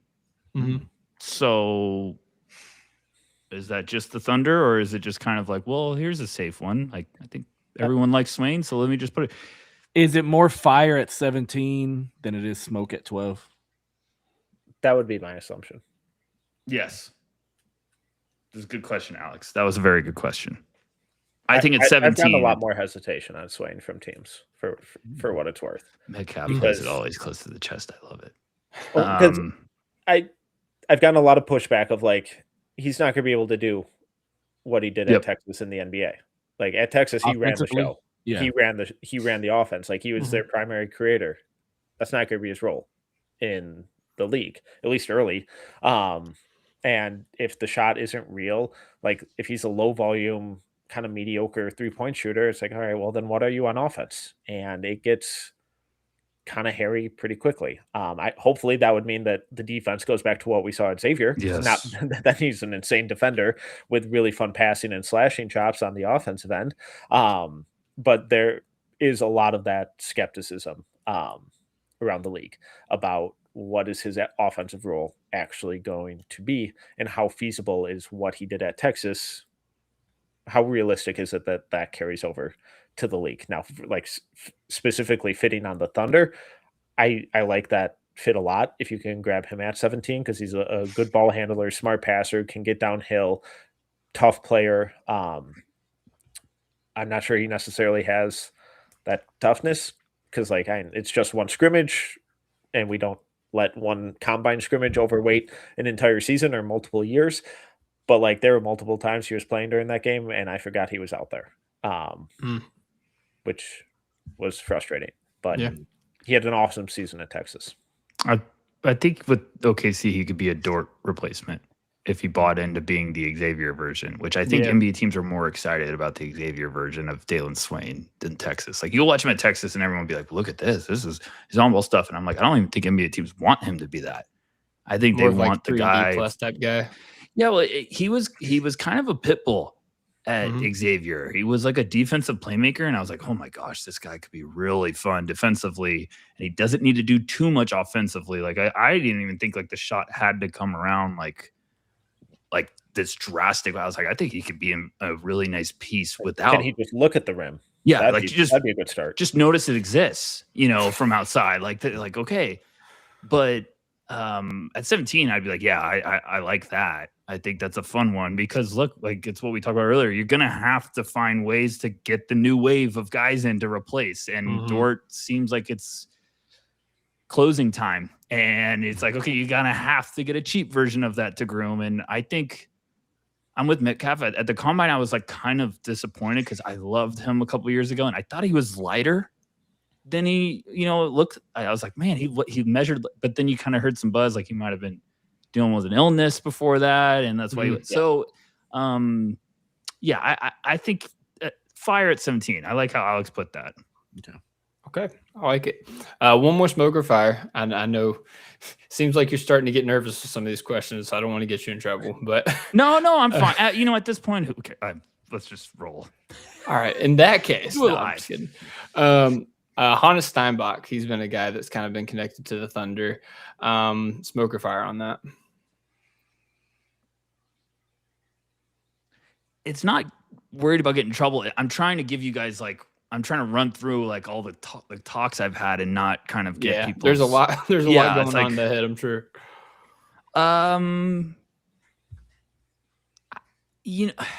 I would say crackling. Okay. Our first crackling, baby. The first crackling. And the only reason is because like when you try to figure out OKC, it's really hard because they're a steel trap, but you kind of look at Hartenstein and you're like, okay, well, eventually got to move on. And then you talk about Steinbach and you're like, I think that might be even like a better version down the road. And you're kind of like, that one makes sense. So I don't know. I think he's a weird one because I think teams like him a lot and they're quiet about it. And that's the one that's not buzzing right now that I feel like could on draft night be like, he went 9th, like one of those. It's weird because I think there's a lot of fans, and when it's a lot of fans and a lot of positivity, but it's quiet, it's like, okay, people are trying to keep really hush about that one. So I think they're cracking. I've been on that Steinbach train since the beginning, man. Like, when he first came on the scene, I was like, okay, this guy, this guy's doing some things over there in the Pacific Northwest, so got to keep an eye on him. Yeah, Cone called me out in the last episode to Nick because Nick said he's a big Steinbach guy, and Cone was like, Dylan doesn't like Steinbach. Tell him why you should like Steinbach. I'm like, all right, man, appreciate it. But no, I get it. Like, I mean, the production, the size, like, and the projection of the shot translating, like, that's a very useful player. Like the Thunder could use that in their system. Yeah, I'm with you, Dylan, for what it's worth. I'm a little more skeptical. But like he's an elite rebounder on both ends of the floor. And like that alone is like, all right, well, that's going to get you on a court. And if you want to squint, and depending if you want to be optimistic, it's like, well, if I squint, it's like, oh, there's some really fun passing flashes here. And like if I just ignore the inconsistency, like, ooh, that dime was pretty. Like, ooh, that short roll assist was gorgeous. And it's the exact same thing with the shot too, where it's like, if you squint and you want to be optimistic, it's like, I buy it. And if you're a little more hesitant, it's like, I think it's fool's gold. So he's funky, but he's also a guy who kind of consistently doesn't come up in the conversations I've had, and it feels kind of intentional. Yeah. Feels pointed. So he could be a party crasher that moves somebody down, like in the lottery. Yeah. Potentially. Yeah, I got you. All right. Well, you said I can keep asking questions, so I'm gonna keep asking questions here. Actually, kind of like a little break. My wife needs me to go in there. Alex, I want you to ask them about the guy that you said you would take at 17. I'm not calling you out like Cone did. I'm just saying, give you a chance to talk about it. I have no idea who you're talking about. The guy you said reminds you of Manu Ginobili. Oh, yeah. Well, yeah. So I'm in now. No, hold on. Second win. Hold on. Yeah, I wasn't on the last. I'm sorry. I wasn't on the last podcast, so this was like a while back. No, but like, so the Thunder, of course, with all of their financial constraints that they have coming up, I just thought that they would be somebody that would be a good target for a pick that could be a stash in this draft. And Sergio De La Reyna, of course, is probably the biggest name, the biggest possibility for that. And so at 17, it may be a little bit rich, but it could be a situation also where the Thunder are like, hey, instead of like trading this pick, maybe we can take this player and then, stash him for a couple years and have him come, whenever our books are, a little bit better, and we can bring somebody who's been developed and is ready to probably play in the NBA a little bit more than he is now. So Sergio De La Reyna, any smoke or any fire on that, or not necessarily for the Thunder, but like for his possibility of being stashed away in Europe for a couple more seasons, being drafted, but then being stashed for a couple more seasons. I like De La Reyna a lot. I think he's really good. For the bulk of the season, he was like at like 44% from three. I think he's gotten a little cold these last 2 weeks, and it's dropped to like 38, 39%. But that leap was huge. Also, him measuring in at 6'6", massive. So really fun playmaker, kind of like sneaky good, getting downhill, getting to the rim, and really smart, active, off-ball team defender. The athleticism is funky though, and like it's really bad. Like with his on-ball defense, like his feet are really reactive, and I think that's the area that he gets exposed the most. But he's a fun player. Stash specifically, I mean, when was the last time a first rounder was stashed? Man, that's a good question. It's been a minute. Yeah, and he's already like, I think he's going to be a 21-year-old rookie, so he's probably not someone that you want to throw over there for multiple years. And I just think it's really, really rare for first rounders. I can't think of one off the top of my head. I'm sure I'm probably forgetting someone, but that would really surprise me, because I think somebody said the Pistons they picked one up a couple years ago. Gabriel Procida. It was second round. Oh god! Either hit or the Wizards. The Wizards did one a couple years ago also. Okay. Yeah. Regardless, if I you're love taking Procida, bro. My sweet Prince. I almost got through the whole process without a Procida. Metcalf and I loved Procida. A lot of no ceilings people love Procida. We weren't wrong just early. No, just early. Never wrong. Right. That was an intel thing. I like, yeah. You know what's I really like him.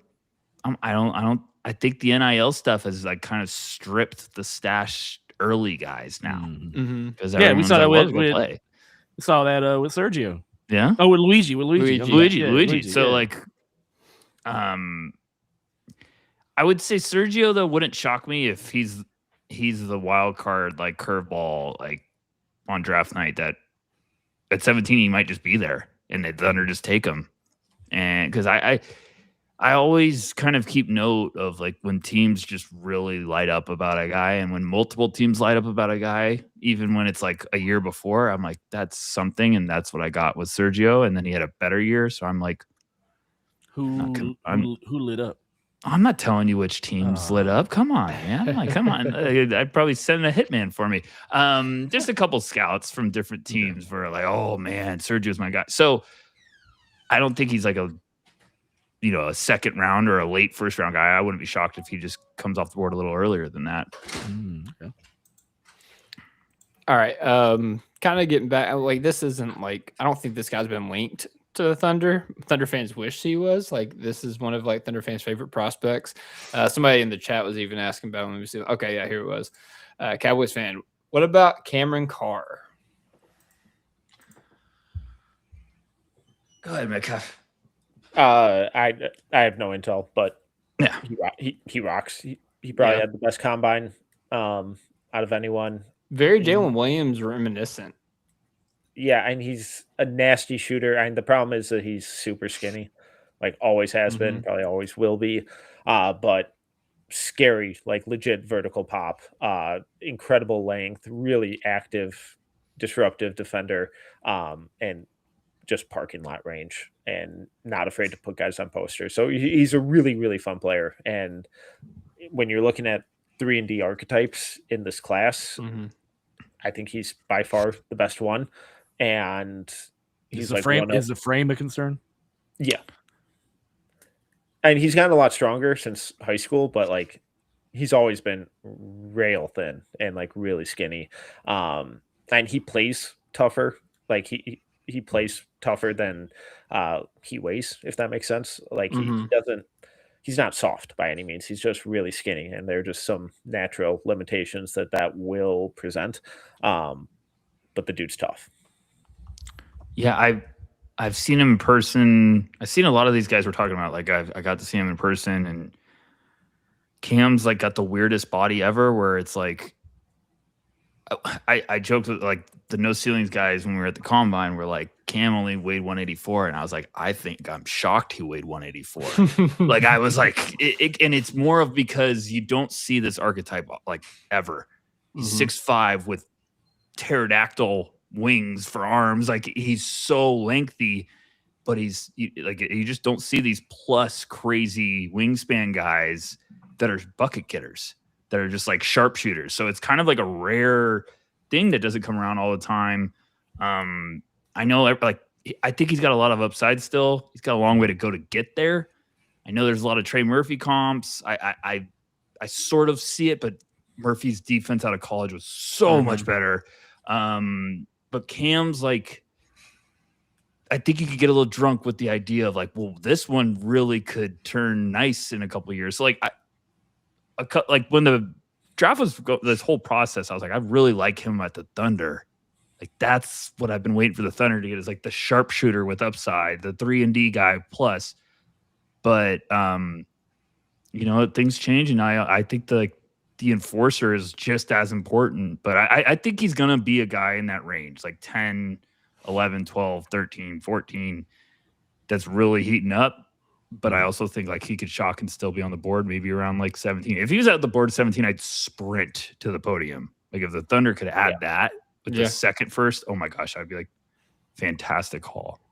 That's how a lot of people have like, kind of approached this. Like, it'd be like, get like Yaxel or somebody like that 12 and then get Cameron Carr. Like, yeah, that would obviously be ideal. I've even seen some Thunder fans say that they would take him at 12. Do you see Cam Carr crashing the party late lottery, or? It wouldn't shock me. I would say that's probably where the kind of range where it legitimately starts for him. Yeah, I would not be shocked.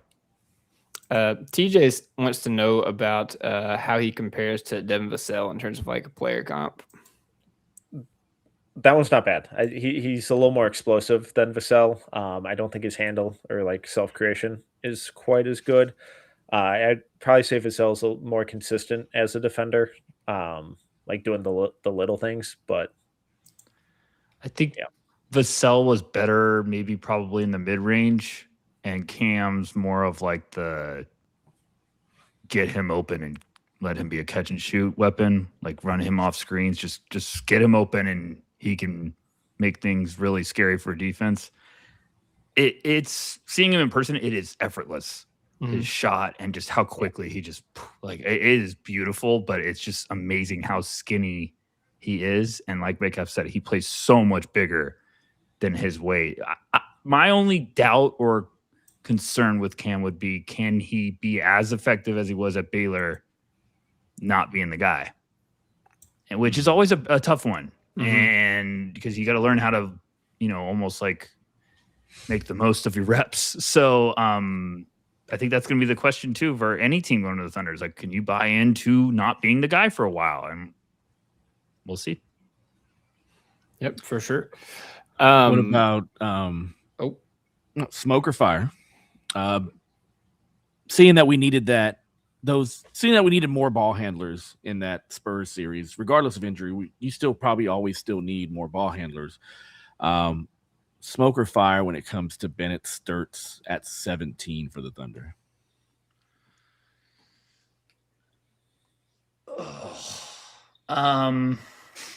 Metcalf, go ahead. I would think smoke. I've heard him linked to a handful of places. I haven't heard anything about him to OKC. He rocks though. And I think that's kind of the range that he'll probably end up going. I think smoke. It's hard talking about OKC because I'm like, well, they just never let anything out. But I'm just talking about like talking to other teams. Yeah. Connecting to I think that's smoke.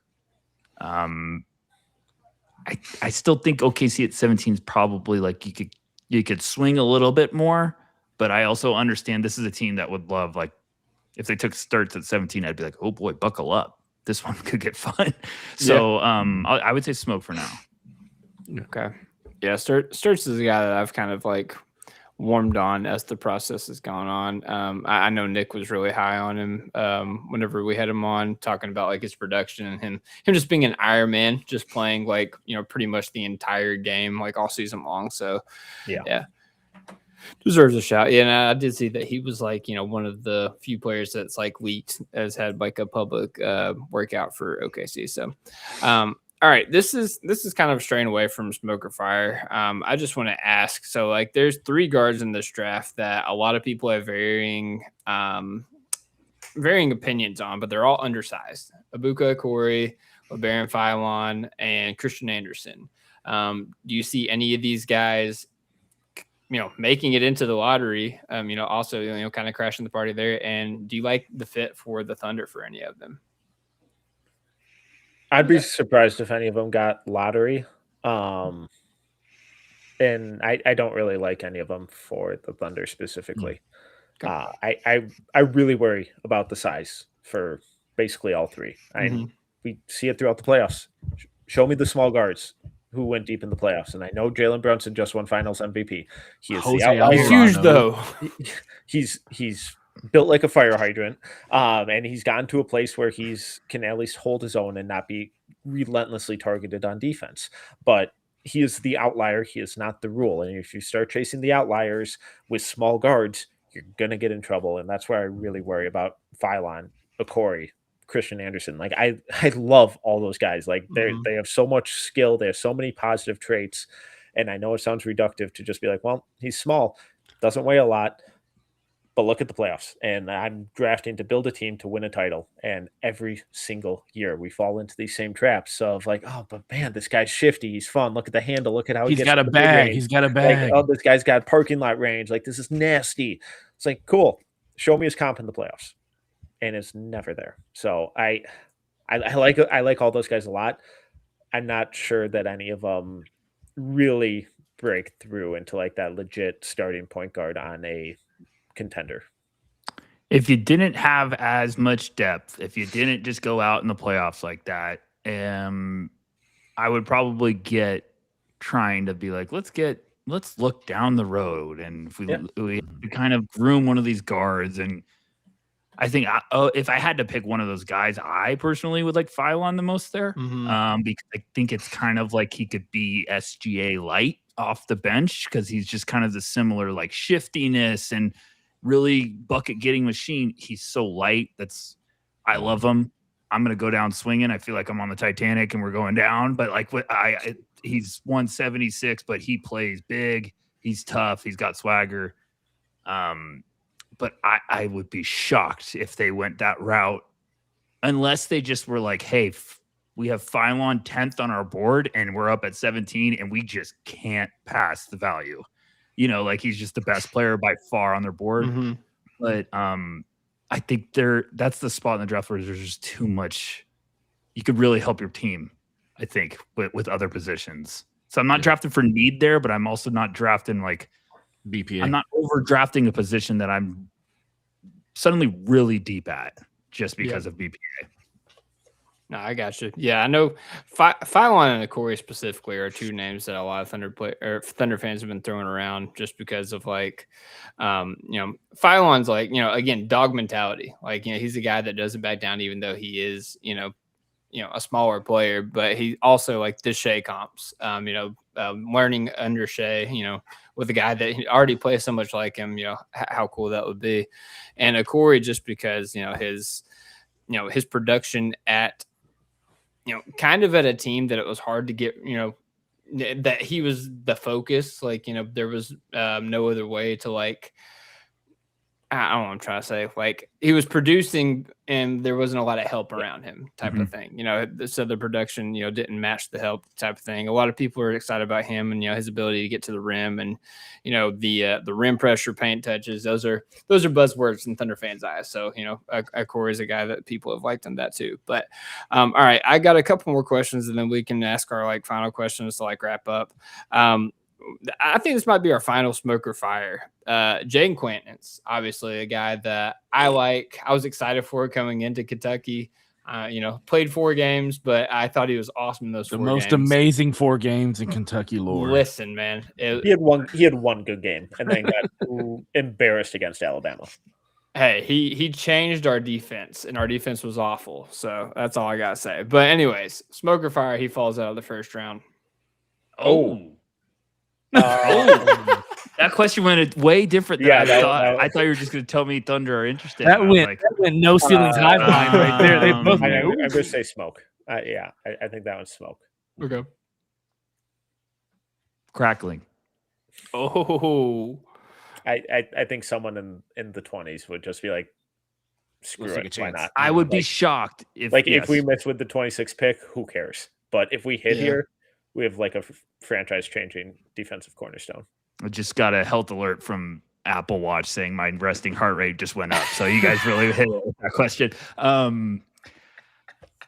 Quaintance, the medicals aren't good. Yeah. So if you're a Thunder, if you're listening to Topic Thunder, you just got I'm finally revealed medicals are not good. Yeah. And it's to a point where I think teams think he might have to redshirt. I mean, Oklahoma City has a lot of experience when it comes to that. They got a track record. You guys love drafting guys to not play. So if they want to jump into the late first, I think this may be a target.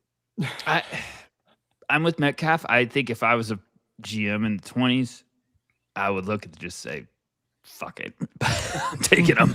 Like, I don't care, because if that one hit, I look like a genius at that point. But it has the Robert Williams vibes, where it's like you gotta kind of. I think every team's gonna look at their medical guy and be like, "Do you approve him? Do you approve him?" And if they don't, he might just keep going until one guy goes, we can figure it out, and then it's like, take him. So,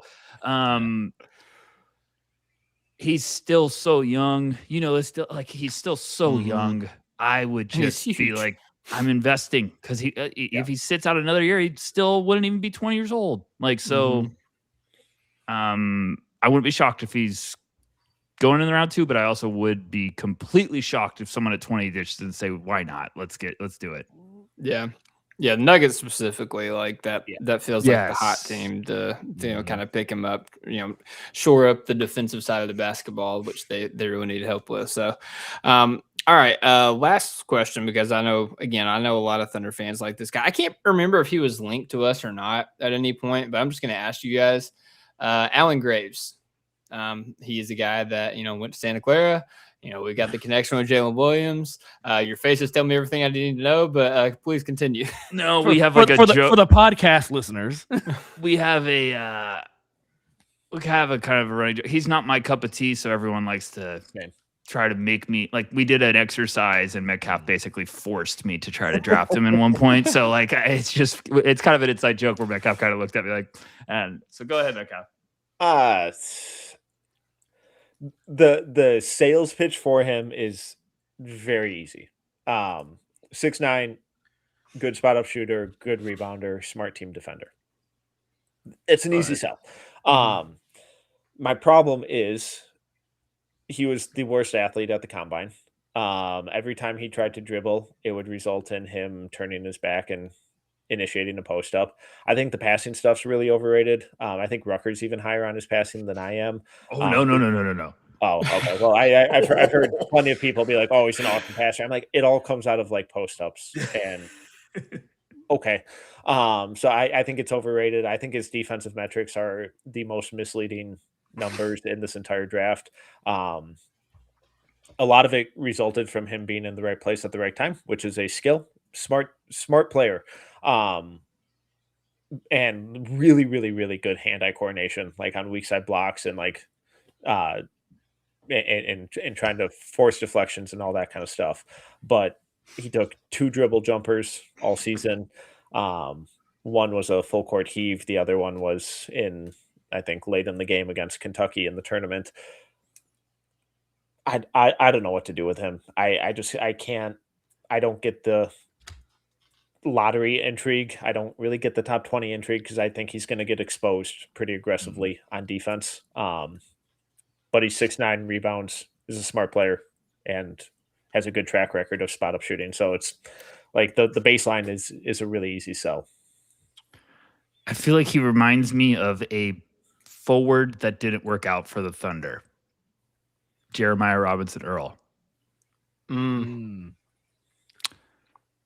So, yeah.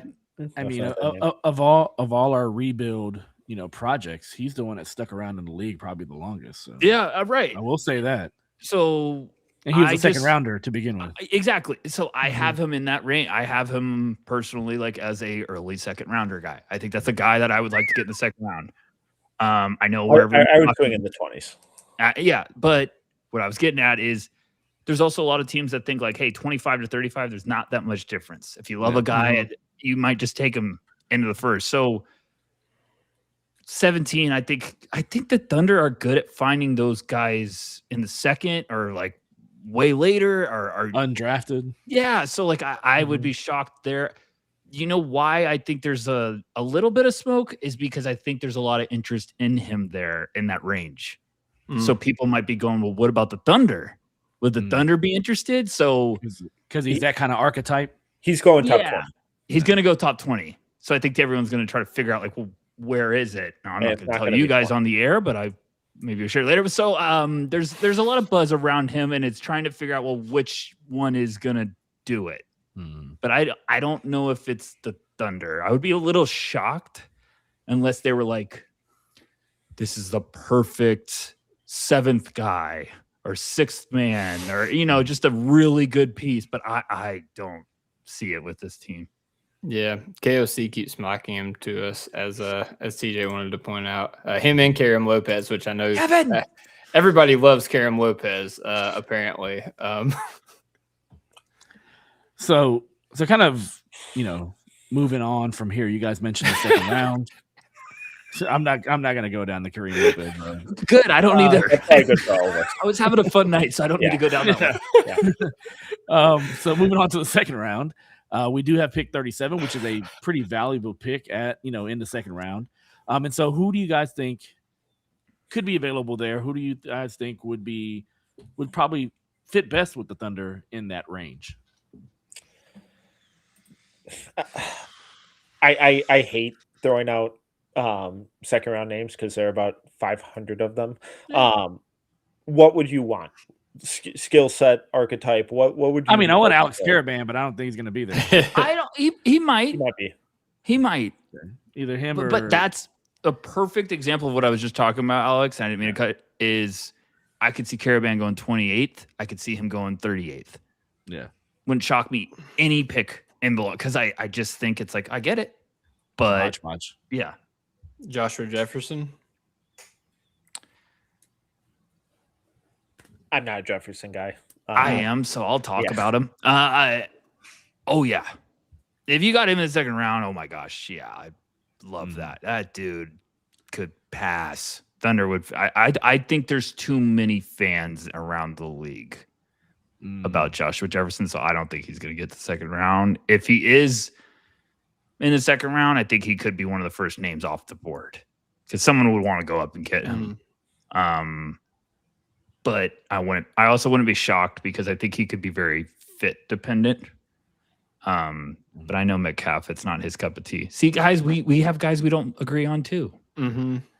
I like him in that range. I like him at 37. I don't like him at 20. No, that would be rich. Yeah. Oh, good. I was gonna say Zuby Ejiofor. Hearing a lot about Zuby Ejiofor in that range or a little bit higher. What can you guys tell me about Zuby?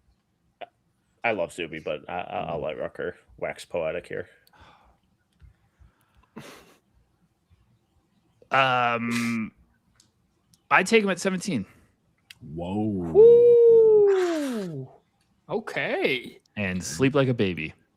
That feels great because I had him. I did a team board on the NC mock draft, by the way. Go use NC mock draft for our like 12 to 17 range, and I was the only person that had him in my top 10. So that makes me feel good. I feel like, correct me if I'm wrong, this might be off base. Feels like a poor man's Merez Johnson type player. You know what was fun is they both did their shooting drills right in front of me and Metcalf, and we were just the happiest people in the entire gym. We were just like, "Isn't this great?" So, look, I know that'll be like wow for some people. It's just everything you hear about him, the intangibles, the type of player he is on the court. I think he knows what he is, and you hear like Rick Pitino says he's an All-American off the court because Zuby only cares about his teammates. He doesn't care about himself. We draft people. Yeah, we draft people. And if Sam Presti wanted to send a message and just get really power thirsty, I would be like, just go take both of them. Just draft them both and just get some crazy mentality and forcers. But he won't do that.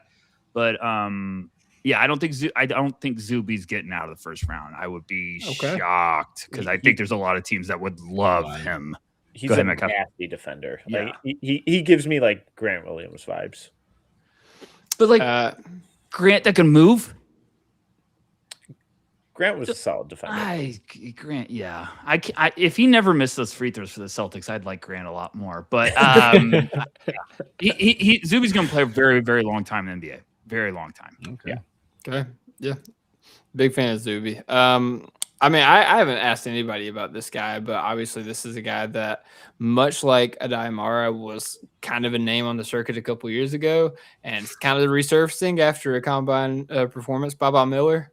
Yeah. Second round, get weird. Yeah, get weird.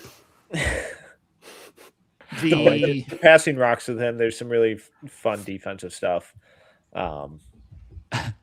I'm trying to make a joke. I can't remember the guy's name. Ousmane Dieng walked so Baba Miller can run. That hurt. Might be the other way. Scratch that. Reverse it. So Baba's such a headache, and he was like couldn't miss a shot in the combine, and we were all sitting in the stands like we're in trouble. Like we're all gonna have to go watch Baba Miller film again. And so he'd be a worthy swing in the second because if it works, it's a fun wrinkle. Yeah, last guy I want to ask about Richie Saunders. I know he had the torn ACL and everything, but red shirt second rounder, baby. Yeah, we're no stranger to those guys. But like if he wasn't injured coming into the draft, I know a lot of people said that he could be like a first rounder. Do you agree with that assessment? You like him for the Thunder? I like for the Thunder if they can get him cheap and do like what the Timberwolves did with Jalen Clark, where they bring him in for like a two-way while he rehabs and whatnot, and then give him like bare minimum, like 2 or 3 year salary after that. And it's like really cost effective because he is older. It'll be fascinating to see what his game looks like post injury. Because he's an awesome shooter, and before the injury, he was really good getting downhill, attacking closeouts, showing off like some legit athleticism, competing on defense, all that kind of stuff. So if you're confident that he's going to be fine post injury, I like the swing at 37 because if he ends up sucking, then whatever. I've always just been a little lower on Richie Saunders than most, probably because it felt like every time AJ passed him the ball, he missed, and that's the only time he would ever miss. But that's a me thing. Yeah, he's a class. Oh, go ahead. No, go ahead. Go ahead. He's a classic guy that I feel like always the numbers look better than when you're watching. You know, when you watch a guy and you're like, why is every time I watch him, he can't make a shot? And then you look at the end of the year and you're like, why did he shoot 40%? And I apparently watched every bad game that he had. So, Richie, yeah, I would take him in the second round. I would invest if I was a Thunder, even with the injury. Wouldn't shock me if he was a second rounder, if he was off the board fast. I saw BYU last year at Arizona. I was trying to get a closer look at Carter Bryant and Jaeger, and pregame warmups. I was like, Richie Saunders, man, this dude is relentless. Like, he was just like stocky. His veins were popping out of his skin. He was just pouring sweat. And I'm like, we still got half an hour minimum. He's a psycho. Game time. So, but everything, game rep speed, like, you hear good things about him. I think teams are just going to love him. And he's good size. It's not like he's 6'4", he's 6'6" and change, but I'm with Metcalf. Like, I'm curious to see the injury. He's a lot older. I think in the second round for sure, like, he would be a worthy. You don't see redshirt second rounders, but like, he's a worthy one because he might come back and be good to go, and he could shoot the cover off the ball. Let's go. He has a lot of little stuff off the ball too that I think teams like. So he would be a really smart bench guy to be patient for. All right. Say just if you give me a name, what's a guy that's consistently mocked in the second round that you think is going to be a solid NBA player? Yeah, guys, come on. Like, you can ask anything you want. Me and Metcalf right now are like, what are we going to do? Go to sleep? Like, no chance. I'm going Dylan Mitchell. Excuse me. Dylan Mitchell from St. John's. I love this dude. Great name. Don't care. Awesome athlete, elite defender, elite rebounder, really fun passer. The dude knows exactly who he is. He's so much fun. I would take him very early second. He'll probably go very late second because he can't shoot. Dylan, I just want to say that his name is spelled correctly. It is spelled incorrectly, sir. It is spelled incorrectly. Metcalf, you think he'll go late second? Mid second? I hear you. I have him at 33. He's not going that early. No, put it this way. He can't shoot. He's that good defensively. And I would take him with Metcalf. He's such a weapon defensively, like and offensive rebounding and and stuff, crazy athlete, crazy transition athlete. It's just like he'll never be a shot. His playmaking got a lot better this year, where like St. John's was running it through him, so it was kind of like, ooh, that's another wrinkle with the defense. But like, when I got to see him in person, it was the same thing with Mara. I felt his defense nonstop. Like, watching him on that side of the floor, I was like, oh gosh, he's not even making the play, and I feel him all over the place. He covers so much ground. So it's like Mike had said, like, he figured out what he is. And the Thunder, that's a fun little wrinkle again. Like, that's where I think this draft's fun, because you can get those little creative coaching moves and guys on the roster. Okay. I have to think of a name now. Jeez. There are only 150 of them. For the Thunder, I don't. No, just Emmanuel not Sharp. for the Thunder. No, yeah, not for the Thunder. Just like a guy that's consistently mocked in the second round that you think is going to be a good NBA player. I think Jaden Bradley is going to be a really, really good player in the NBA in the second round. Arizona senior, 6'4" guard. I think he's just smart, knows what he is, plays great feel, great tempo, feel for the game. I think he just is going to be a guy that going to be a third string point guard and all of a sudden figures out how to be a nice backup and then just keeps climbing up. So I like Jaden Bradley. I also want to throw a little bit of love towards Otega Owe. Yes. Okay. Dylan, you're playing to the crowd right now, Metcalf. Smart man. OU also. We talked enough about OU also. Yeah, that's true. We talked enough about Michigan. It's only right. Yeah, exactly.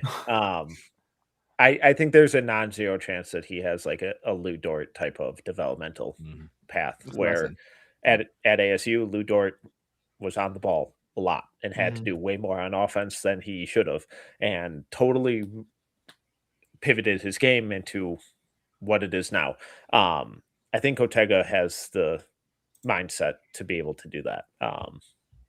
It's very theoretical, but I think if you take away the vast majority of his on-ball reps and pivot him more towards being an off-ball play finisher, spot-up shooter, and really honing in on the defensive end, like he should have, but had to take everything on ball. I think there's some really fun outcomes with him.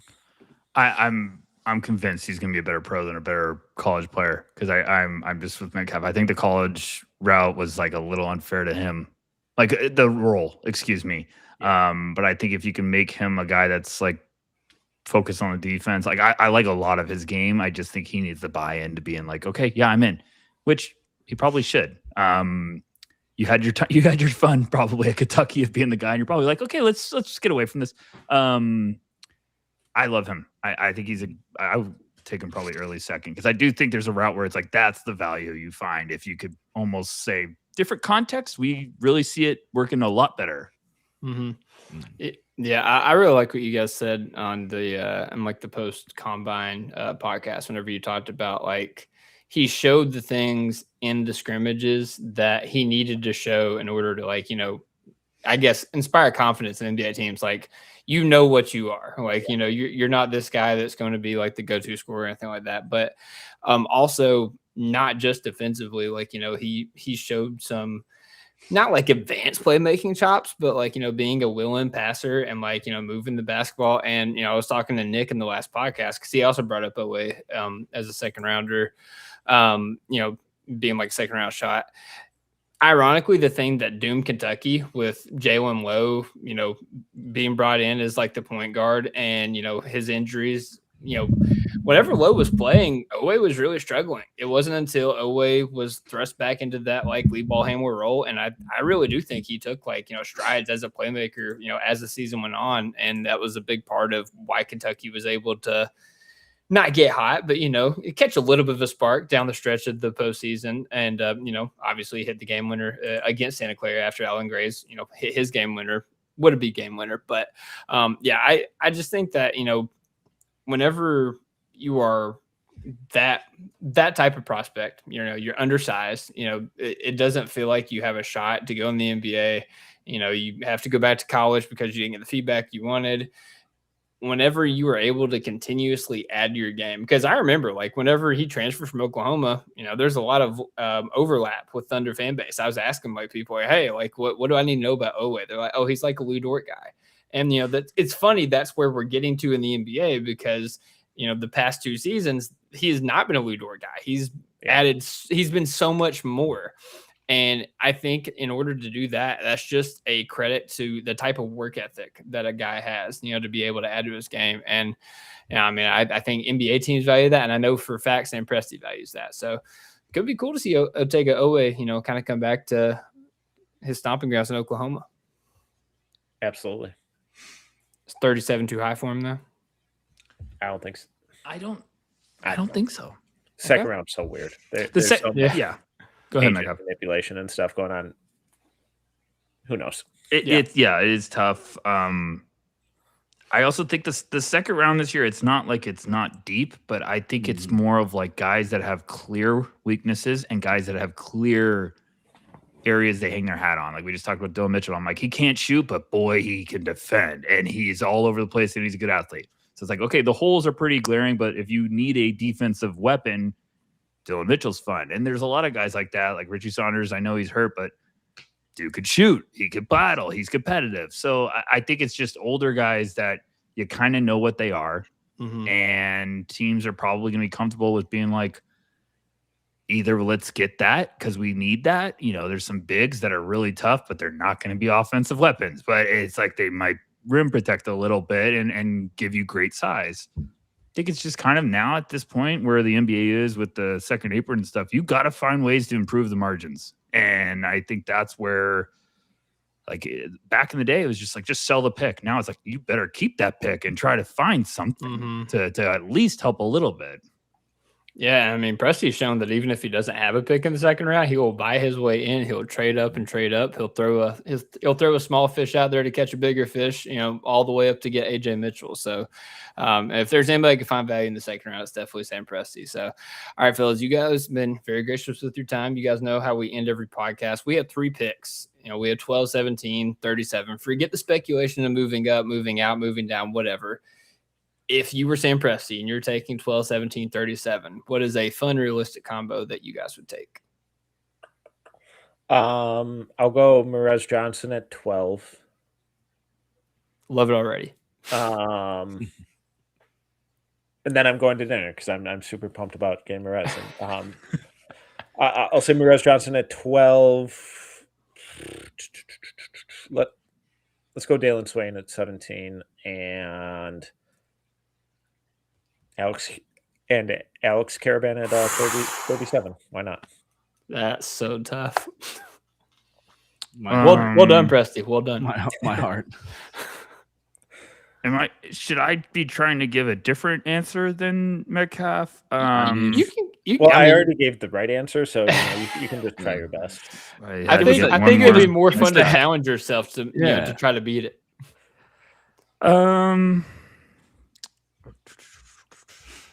I would go. This is fun, realistic. So yeah, I go Merez at 12. I'm gonna copy Metcalf because I just can't. I think that's the best. One of my favorite fits if it happened. I was trying to even think like could Terrace Reed be instead of Merez at like 17. I don't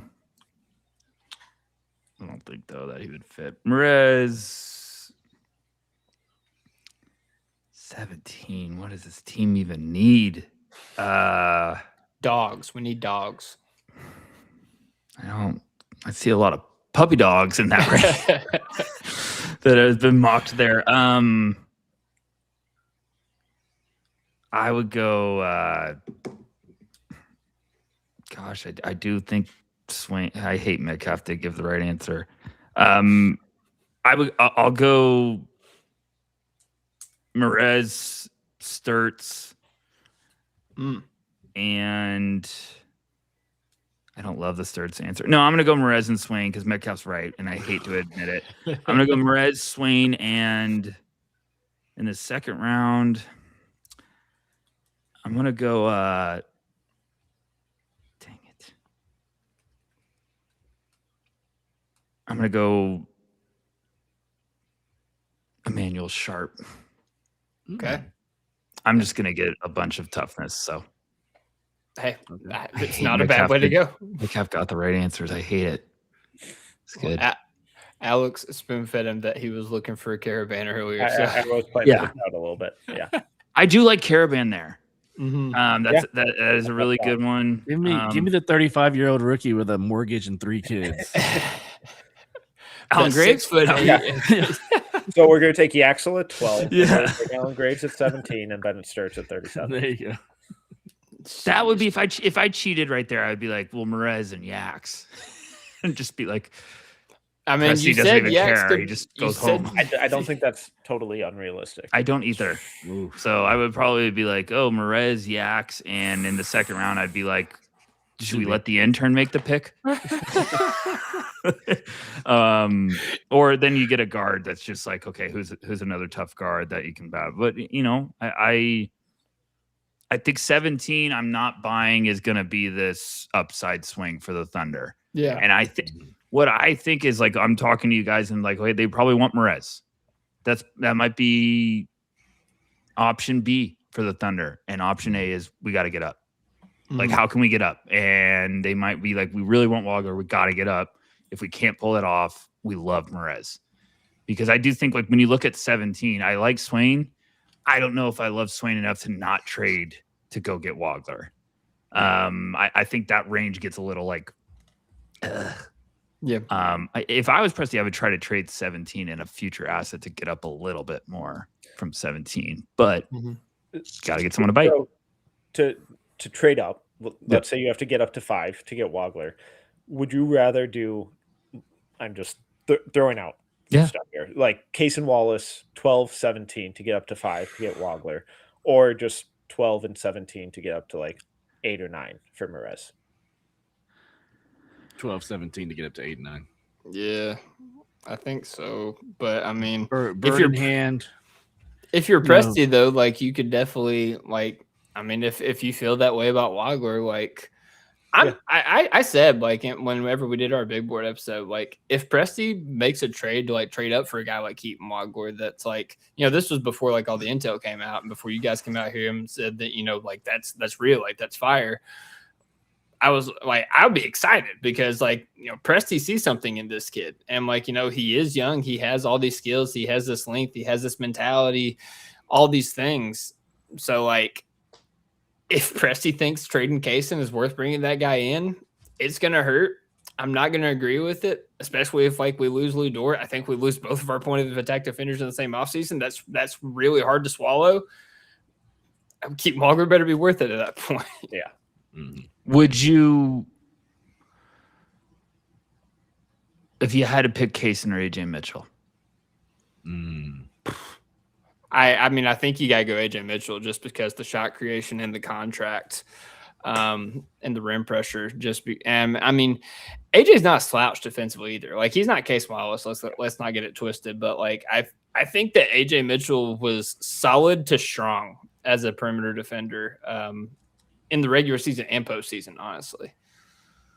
I would imagine it's going to be really hard to lose one of them.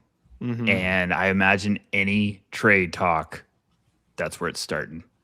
If I was a team talking to the Thunder, I'd be like, it's going to start with AJ Mitchell or Kaysen Wallace, and then we can keep this conversation going. I mean, that's what I'm just saying. Like, wouldn't you say that, Metcalf? Like, I'm probably being. It's got to at least start with one of those two. Yeah, I'm not starting with Isaiah Joe and Aaron Wiggins. Yeah, I'm gonna be like, cool. No, not at all. Not interested. We'll disconnect the phone. So, like, that's what I'm saying. I say it to every fan base. Start with what you don't want to give up. Yeah. Then try to figure it out. Let me ask you this, you know, because obviously we have, like, do people just not care about draft picks anymore, like future picks? Because we have a lot of those. Like the Clippers, we can give you back, you know, your pick swap. We can give you back the rights to that. We can give you additional picks. Yeah. I'll be honest. With the new lottery, I wonder if the Thunder and other teams are going to be more reluctant to give those up because you may have a chance. The 9th pick, or the 9th worst standing odd, whatever. However, I got to figure out how to phrase that, but you get what I'm saying. Yeah, and that very easily could be one. Yeah, I mean, teams right now are going to be like, well, we're not expecting this pick to be good. And you might have the number 1 pick and you don't know it. Yeah. I was just going to get to, I forgot what I was going to say, but it's getting late, guys.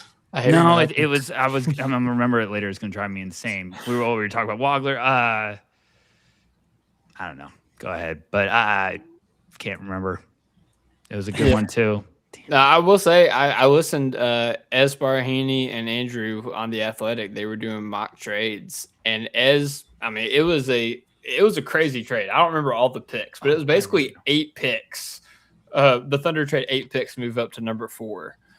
I mean, that's no players involved. Like you keep AJ Mitchell, you keep Kaysen Wallace, like you move up to number 4, get Caleb Wilson. I don't know how possible that is. I don't know if the Thunder would be willing to do that. I don't know if Chicago would be willing to do that. Like the Clippers are involved at that point. Like, so Chicago just moves back to 5. It's very convoluted. It's very crazy, but I will say the league's waiting for one trade right now, and then everything's going to get cooking. Come on. Yeah. And I'm not going to sleep because son of a gun, I know I'm going to get the Saturday night 9:55 p.m.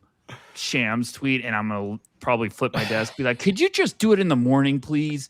But everyone you talk to is just waiting for it. And I think there's so much activity and buzz inside the top 10 because they think once Milwaukee maybe makes that deal, and if it's with Miami and it's for the 13th pick, does Milwaukee try to go up and package those 2 picks? Does somebody else try to move back? So I think teams are kind of like, that's the one that needs to be the domino to start everything.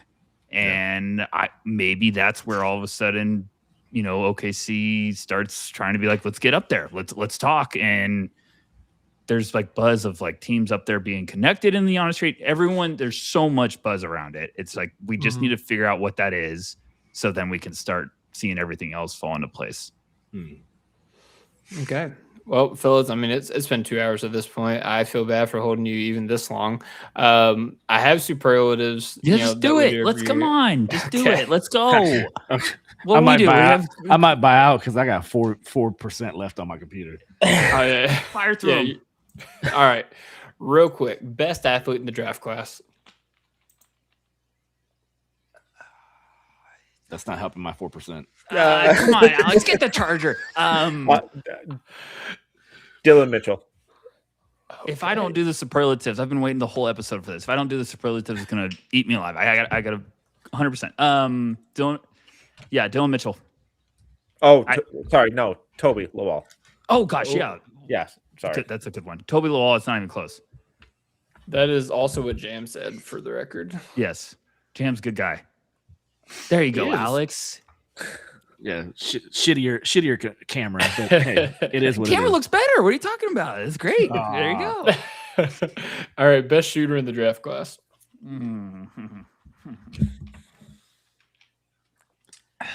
Christian Anderson. Yeah. You think so? Yeah, he's really good. He's really good. Sturt. It's another really good answer. Okay. I like the Sturt shout. Let's see here. Best there are good shooters in this class. They are really good shooters in this class, yes. I got Darius Acuff on there, Jaron Peterson, Cam Carr, also on there. Who said Darius Acuff? It was Steven, wasn't it? It was actually Bryce. Steven said Darren. Yeah. Darren could shoot, man. Darren could shoot. Best passer in the draft class. Ooh, getting fun now. I gotta look at my list because I'm gonna forget someone that's driving me nuts. Big name guys, I'm gonna go Darius Acuff. Deeper cut, Braden Smith. Did you say guards first? Just in general, best passer in general. Yeah. There's a lot. I would say there's a lot of really good passers in different areas. I would probably say Acuff, and if I'm going from a different position, Joshua Jefferson. But I think Acuff does a good job also of. Yeah, no, let's go Acuff. Yeah, Jefferson's a little erratic. Yeah. Hey, I will say I saw a passing highlights of Joshua Jefferson the other day. It was crazy. All right, best rebounder in the class. Ooh, I'm gonna say Merez. Merez or Hannes?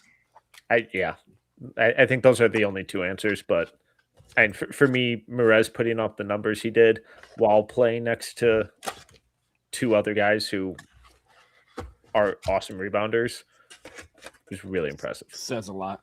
Mm-hmm. Oh, I'm gonna throw Chris Sinak in there. Sorry, Sinak can rebound.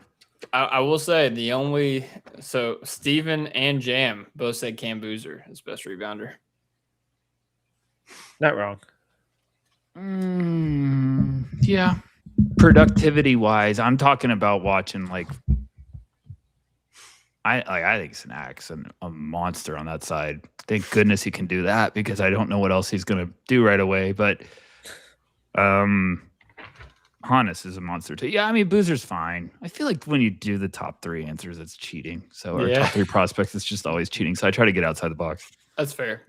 I admire the integrity of the superlatives from you. Best perimeter defender.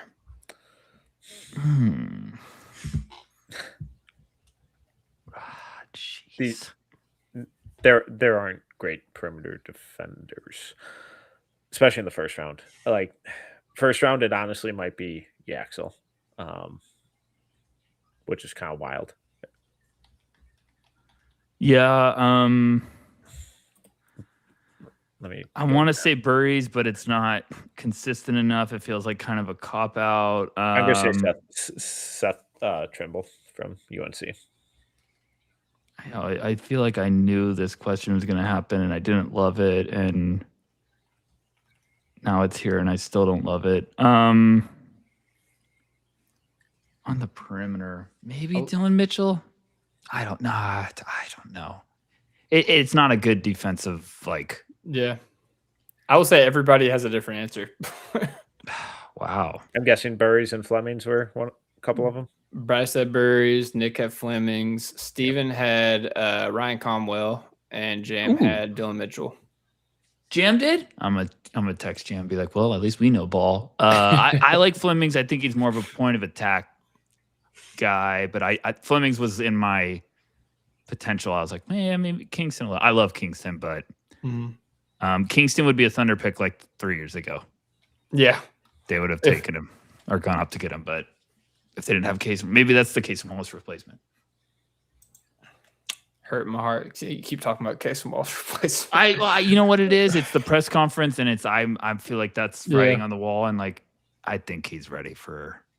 He wants to see what it's like for his own time, but don't forget the tattoo. I'm gonna keep him. Yeah, the tattoo is a big one. But you know what I was gonna say earlier, and Metcalf loves me because I just keep talking. It's fine. It's not like it's almost midnight. Well, I'm pulling the Bill Simmons. Like we're not dating a top there. Does he not want to be a guy that plays for 10 teams and just has 10 different tattoos on where he's like, oh gosh, I'm who's a famous guy that's played for all of, I guess Jeff Teague that just played all over the place. Yeah, there you go. Jason Terry. Go ahead. I'll try to wrap up fast. Sorry, Metcalf. All right. I'm too excited for the draft. It's almost there. Best interior defender.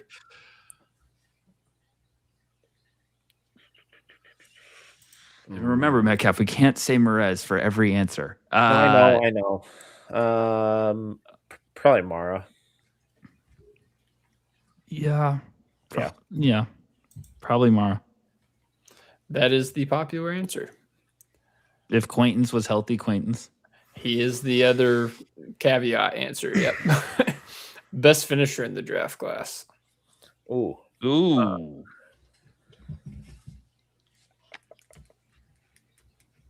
I feel like doing bigs is kind of cheating. Yeah, I do too. So I'm gonna go away from that. And most of these guards suck around the rim too. I'm trying to think creativity though wise, and yeah, Darius isn't the greatest. I have an answer for this, and it's driving me crazy. You know what? I like Burries. That's who I was going to say as well. I was just going to check his numbers real quick just to make sure I'm not confusing him. No, you're not. I looked at them earlier today. They're good. Yeah, it's Burries. Probably. It's Burries for me. Metcalf, I love how he's always like, I got to check the numbers.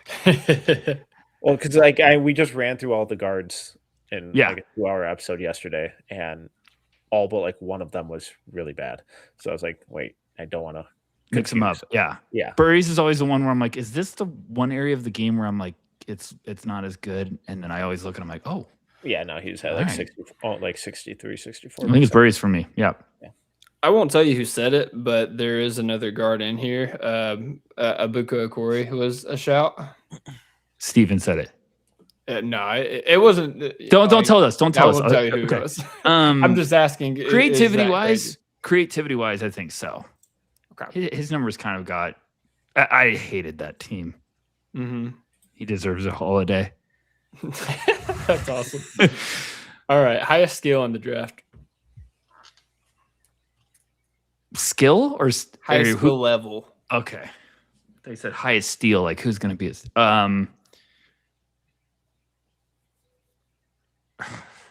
Darren. Yeah. All right. Jam also said that. So you guys are wavelength with Jam. He's just the best. Jam knows ball. Really like Jam. It was cool to meet him. He's a delight. Let's see here. Highest IQ in the draft. Boozer. No question. Yeah, that was easy. He's the popular one. But hey, Jam said Bennett Sturts on this one. Oh, that's actually a good one though. Did Jam get on a heater? This is great. I love it. Braden Smith. Oh, that's a sneaky one. That's a good one. Braden would be top 3 on my. We're gonna have a fight, and I need a guy that just is like I'm in. I think Braden would pretty much be top 3. Okay. Deepest bag in the draft class. Phylon. Let me think about that for a second. There's a lot of guards. There are. I do like A-Cuff's little. I think Phylon's got. I'm gonna go Phylon. I'll mix it up and go Wagler. Just the way that he can string together counter stuff, play through physicality, kind of leverage momentum, and get guys leaning, while not being a good athlete or a great athlete. I like it. All right, highest floor in the draft. Boozer. Probably Boozer. All right, and flipping it for no ceilings, highest ceiling in the draft. Darren.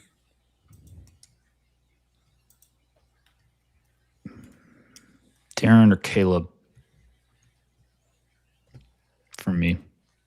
Yeah, I have Darren, Caleb, and AJ are. Well, if you take Caleb, then there are 2 for each of them. I'll take Caleb. There you go. Perfectly balanced as all things should be. So, all right, fellas, that's it. That's the entire podcast. I appreciate you guys toughing it out for us. I mean, you guys dropped all kinds of info on us. I feel like I learned so much. I've been excited for this draft. I'm even more excited for this draft. But had an absolute blast talking to you guys, as I always do.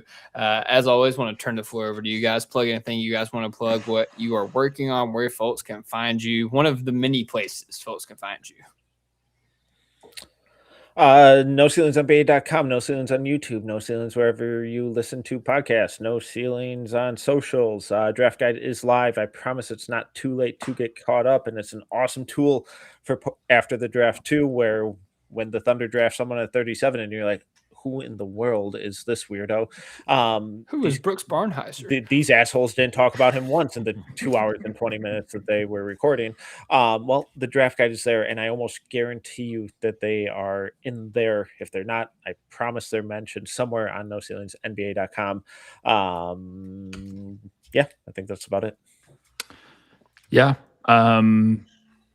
Draft guide will not disappoint. I promise anyone. If you're on the fence, take the plunge. You'll be pleased. We'll be talking about the draft all morning long, day of the draft. Me and Metcalf are going to basically this is actually our prep for it.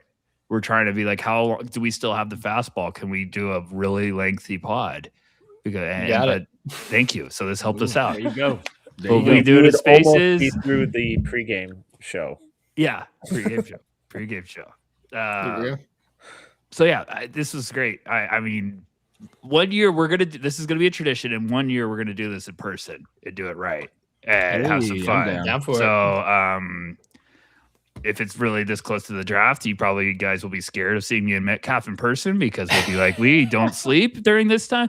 But thank you guys. Coffee is for closers. Oh, exactly. There you go. So thank you guys. This is always a fun one, and I feel like as the show goes on, I don't want to get off because I'm like, gosh.